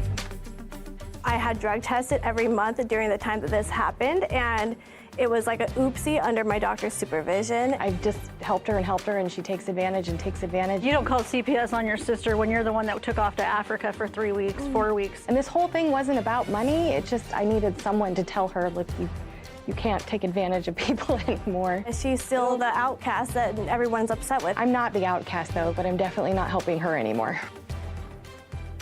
So we've seen it a lot here, claims for unsubstantiated CPS reports being filed and people seeking damages for that. So I'm just wondering, do you think there was a basis? Is that why, obviously, you didn't rule in her favor on the claim of the false CPS report? So there must have been something in there that... You know, when people use Child Protective Services as a retaliation for other behavior, that's always abhorrent. But there are some situations where CPS may be called because someone knows that there is an abuse or neglect and has not done it until the other person irritates them. Well, that's not a false CPS report. Maybe motivated by something else, but that's not a false report. And so, in this case, the defendant had a history with CPS, current history with CPS that was relatively serious. Well, then it was a good thing that CPS went. Because that would be basis itself. It's for basis the claim. itself, basis itself. That alone. And just because she was cleared at the end of the day and has her children back now doesn't mean that it was an unsubstantiated claim. Oh, no, they're watching. Yeah. They're watching, and they should be watching. I don't think any of them are bargains. The 18-year-old daughter who was here, who was a troubled child, according to her, and never graduated from high school, although she's working, because her mother moved her around also a lot, was certainly an inadequate caretaker for the other 2 younger children. She goes off for a month with her boyfriend. It's amazing how some children just grow up by themselves. Sometimes it works out okay. I don't know, somehow I felt sorry for all of those kids, that they're not getting all the loving and nurturing that they should. Hopefully, maybe after today, she turns it around. Hi, hello, and welcome our new video. খুলে পানি দিয়ে আবার আটকায় দিয়ে বাস এইটাই মনে হয় আর কি এই যে আপনার মগের সেটে একটি ভিডিও ব্লগে আপনাদের সকলকে স্বাগতম। এটা মূলত হচ্ছে গাজী ওয়াটার মোটর নিয়ে হচ্ছে বা ওয়াটার পাম্প 1 হর্সের এই ভিডিও, এবং আপনি যদি নির্মাণ কাজ করতে চান বা গাজী মোটর ইউজ করতে চান বা যে কোনো ধরনের মোটর ইউজ করতে চান আপনার বিল্ডিংয়ের জন্য বা আপনার কোনো হচ্ছে কলের পানি উঠানোর জন্য ট্যাঙ্কিতে বা আপনার হচ্ছে সেফটি ট্যাঙ্কি ভুল বলছি আমি, আপনার হচ্ছে পানির যে ট্যাঙ্কি আছে রিজার্ভ ট্যাঙ্কি থেকে হচ্ছে যদি আপনি পানি ট্যাঙ্কিতে উঠাতে চান উপরে, সেই ক্ষেত্রে আপনি কোন ধরনের মোটর ইউজ করবেন এবং এটা ইনস্টলেশন কিভাবে করতে হয়, এটির একটি সংক্ষিপ্ত একটি ভিডিও বা ভিডিওগুলো, তো ভিডিওটি দেখুন, অনেক কিছু জানতে পারবেন। এই আমরা তো গরিব বর্তমানে যে ফ্ল্যাট মগ দিয়ে এটা এক পুরে ভরে নেবেন, ভরে গেলে দেখা যাবে না যে উপর দিয়ে পানি পড়ছে, বাইরে পানি দেখা যাবে, তখন আবার এই যেরমের লাগাবেন, যেরমের খুললাম এই যে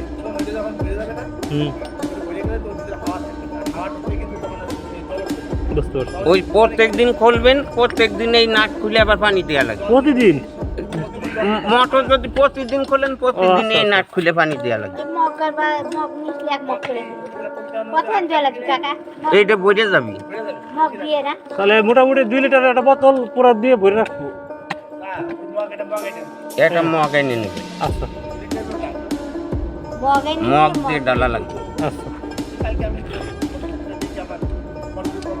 তারপর হাওয়া ঢুকছে, হ্যাঁ, আবার প্রথম অবস্থায় যদি দেখেন যে 2 মিনিট 5 মিনিট চালাইছি পানি উঠতেছে না, তখন আবার এই নাট খুলবেন, ঠিক আছে, এই নাট খুলে আবার পানি দিবেন, আবার পানি দিতে আবার আবার আটকাবেন।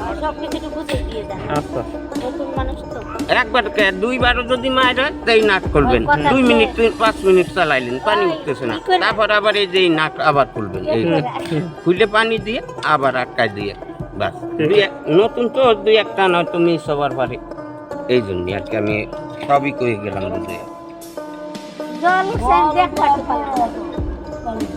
জল ভালো খাওয়া যাবে ভালো পানি এই যা আছে 45-7 এই যে কোনো একটা এই যে মনে হয় 8 দিন আর এই দুধে যে কোনো একটা 8 দিন এটা ঠিক তো ছিঁড়ে গেছে ছিঁড়ে যায় কখনই না এটা সমস্যা নেই নাকি না দরকার হয় একটু বাড়াই নেবেন ওই যে মিস্ত্রি কানেকশন দিবেন ঠিক আপনার কিছু দেখা লাগবে রাজমিস্ত্রি সব করি এই যে আপনার মোটর ফেটে গেবে এই যে একটু টাইট দেওয়া লাগবে এই রেঞ্জ না লাগবে এই তো দরকার এখন রেঞ্জ কিনেন রেঞ্জ এখন কিনাই এই যে আরে রেঞ্জ না কিনলে তার কিছু লাগতেছে না না বুঝলে এই যে এরপরও রেঞ্জ দিয়ে টাইট দেওয়া যাবে আচ্ছা এই যে আবার কোন সাইজেতে লাগবে দুধের ছোট এখন রেঞ্জ এই যে খুললাম এই যে এটা নিয়ে দেন আমার মোটর এই যে সব সময় থেরেক্টের দুধে একটা কিনে দেন না প্যাকেটে দিয়ে দেবে না এই যে সেট করে না প্যাকেটে দিয়ে ওই জায়গা রাখেন ওই জায়গা নিয়ে রাখেন মোটর ওই জায়গাতে রেঞ্জ কিনতে এসে আবার হাতির সাথে দেখা এখন দোকানে এসে দেখি দোকানের পাশে হাতি বিশাল বড় একটা হাতি দোকান থেকে বিভিন্ন সময় টাকা উঠাইতেছে বিভিন্ন রকম যার কাছে যতটুকু টাকা নিয়ে নিতে পারে অনেকে বলেন যে কোন হর্সের মোটরটা আর কি আপনার প্রয়োজন তো আমি যখন দোকানে জিজ্ঞাসা করি তো তারা বললো মোটামুটি 1 থেকে আপনার 3 বা 4 অনেক সময় 5 তলা পর্যন্ত আপনার 1 হর্সের যে মোটরগুলো আছে সেগুলো হয়ে যায় কিন্তু আপনার সেফের জন্য 1 থেকে 3 তলা পর্যন্ত ইউজ করা বেটার এবং 4 থেকে 5 বা 7 4 থেকে 6 এই টাইপের হচ্ছে 1.5 হর্স এবং হচ্ছে 7-8 থেকে 10 তলা পর্যন্ত হচ্ছে 10-11 এগুলো হচ্ছে আপনার 2 হর্সের মোটর ইউজ করা উচিত আর মোটরে কখনো যদি আপনার হচ্ছে না চলে বা সমস্যা হয় তাহলে হচ্ছে মোটরের নাটটা খুলে একটু পানিটা দিলেই আপনার হচ্ছে মোটরটা ঠিক হয়ে যায় আর যদি বিশেষ কোনো সমস্যা হয় সেক্ষেত্রে আপনি কোনো মিস্ত্রির শরণাপন্ন হলে আশা করি আপনার সমস্যার সমাধান হবে ভিডিওটি ভালো লাগলে একটি লাইক এবং একটি কমেন্ট করবেন ধন্যবাদ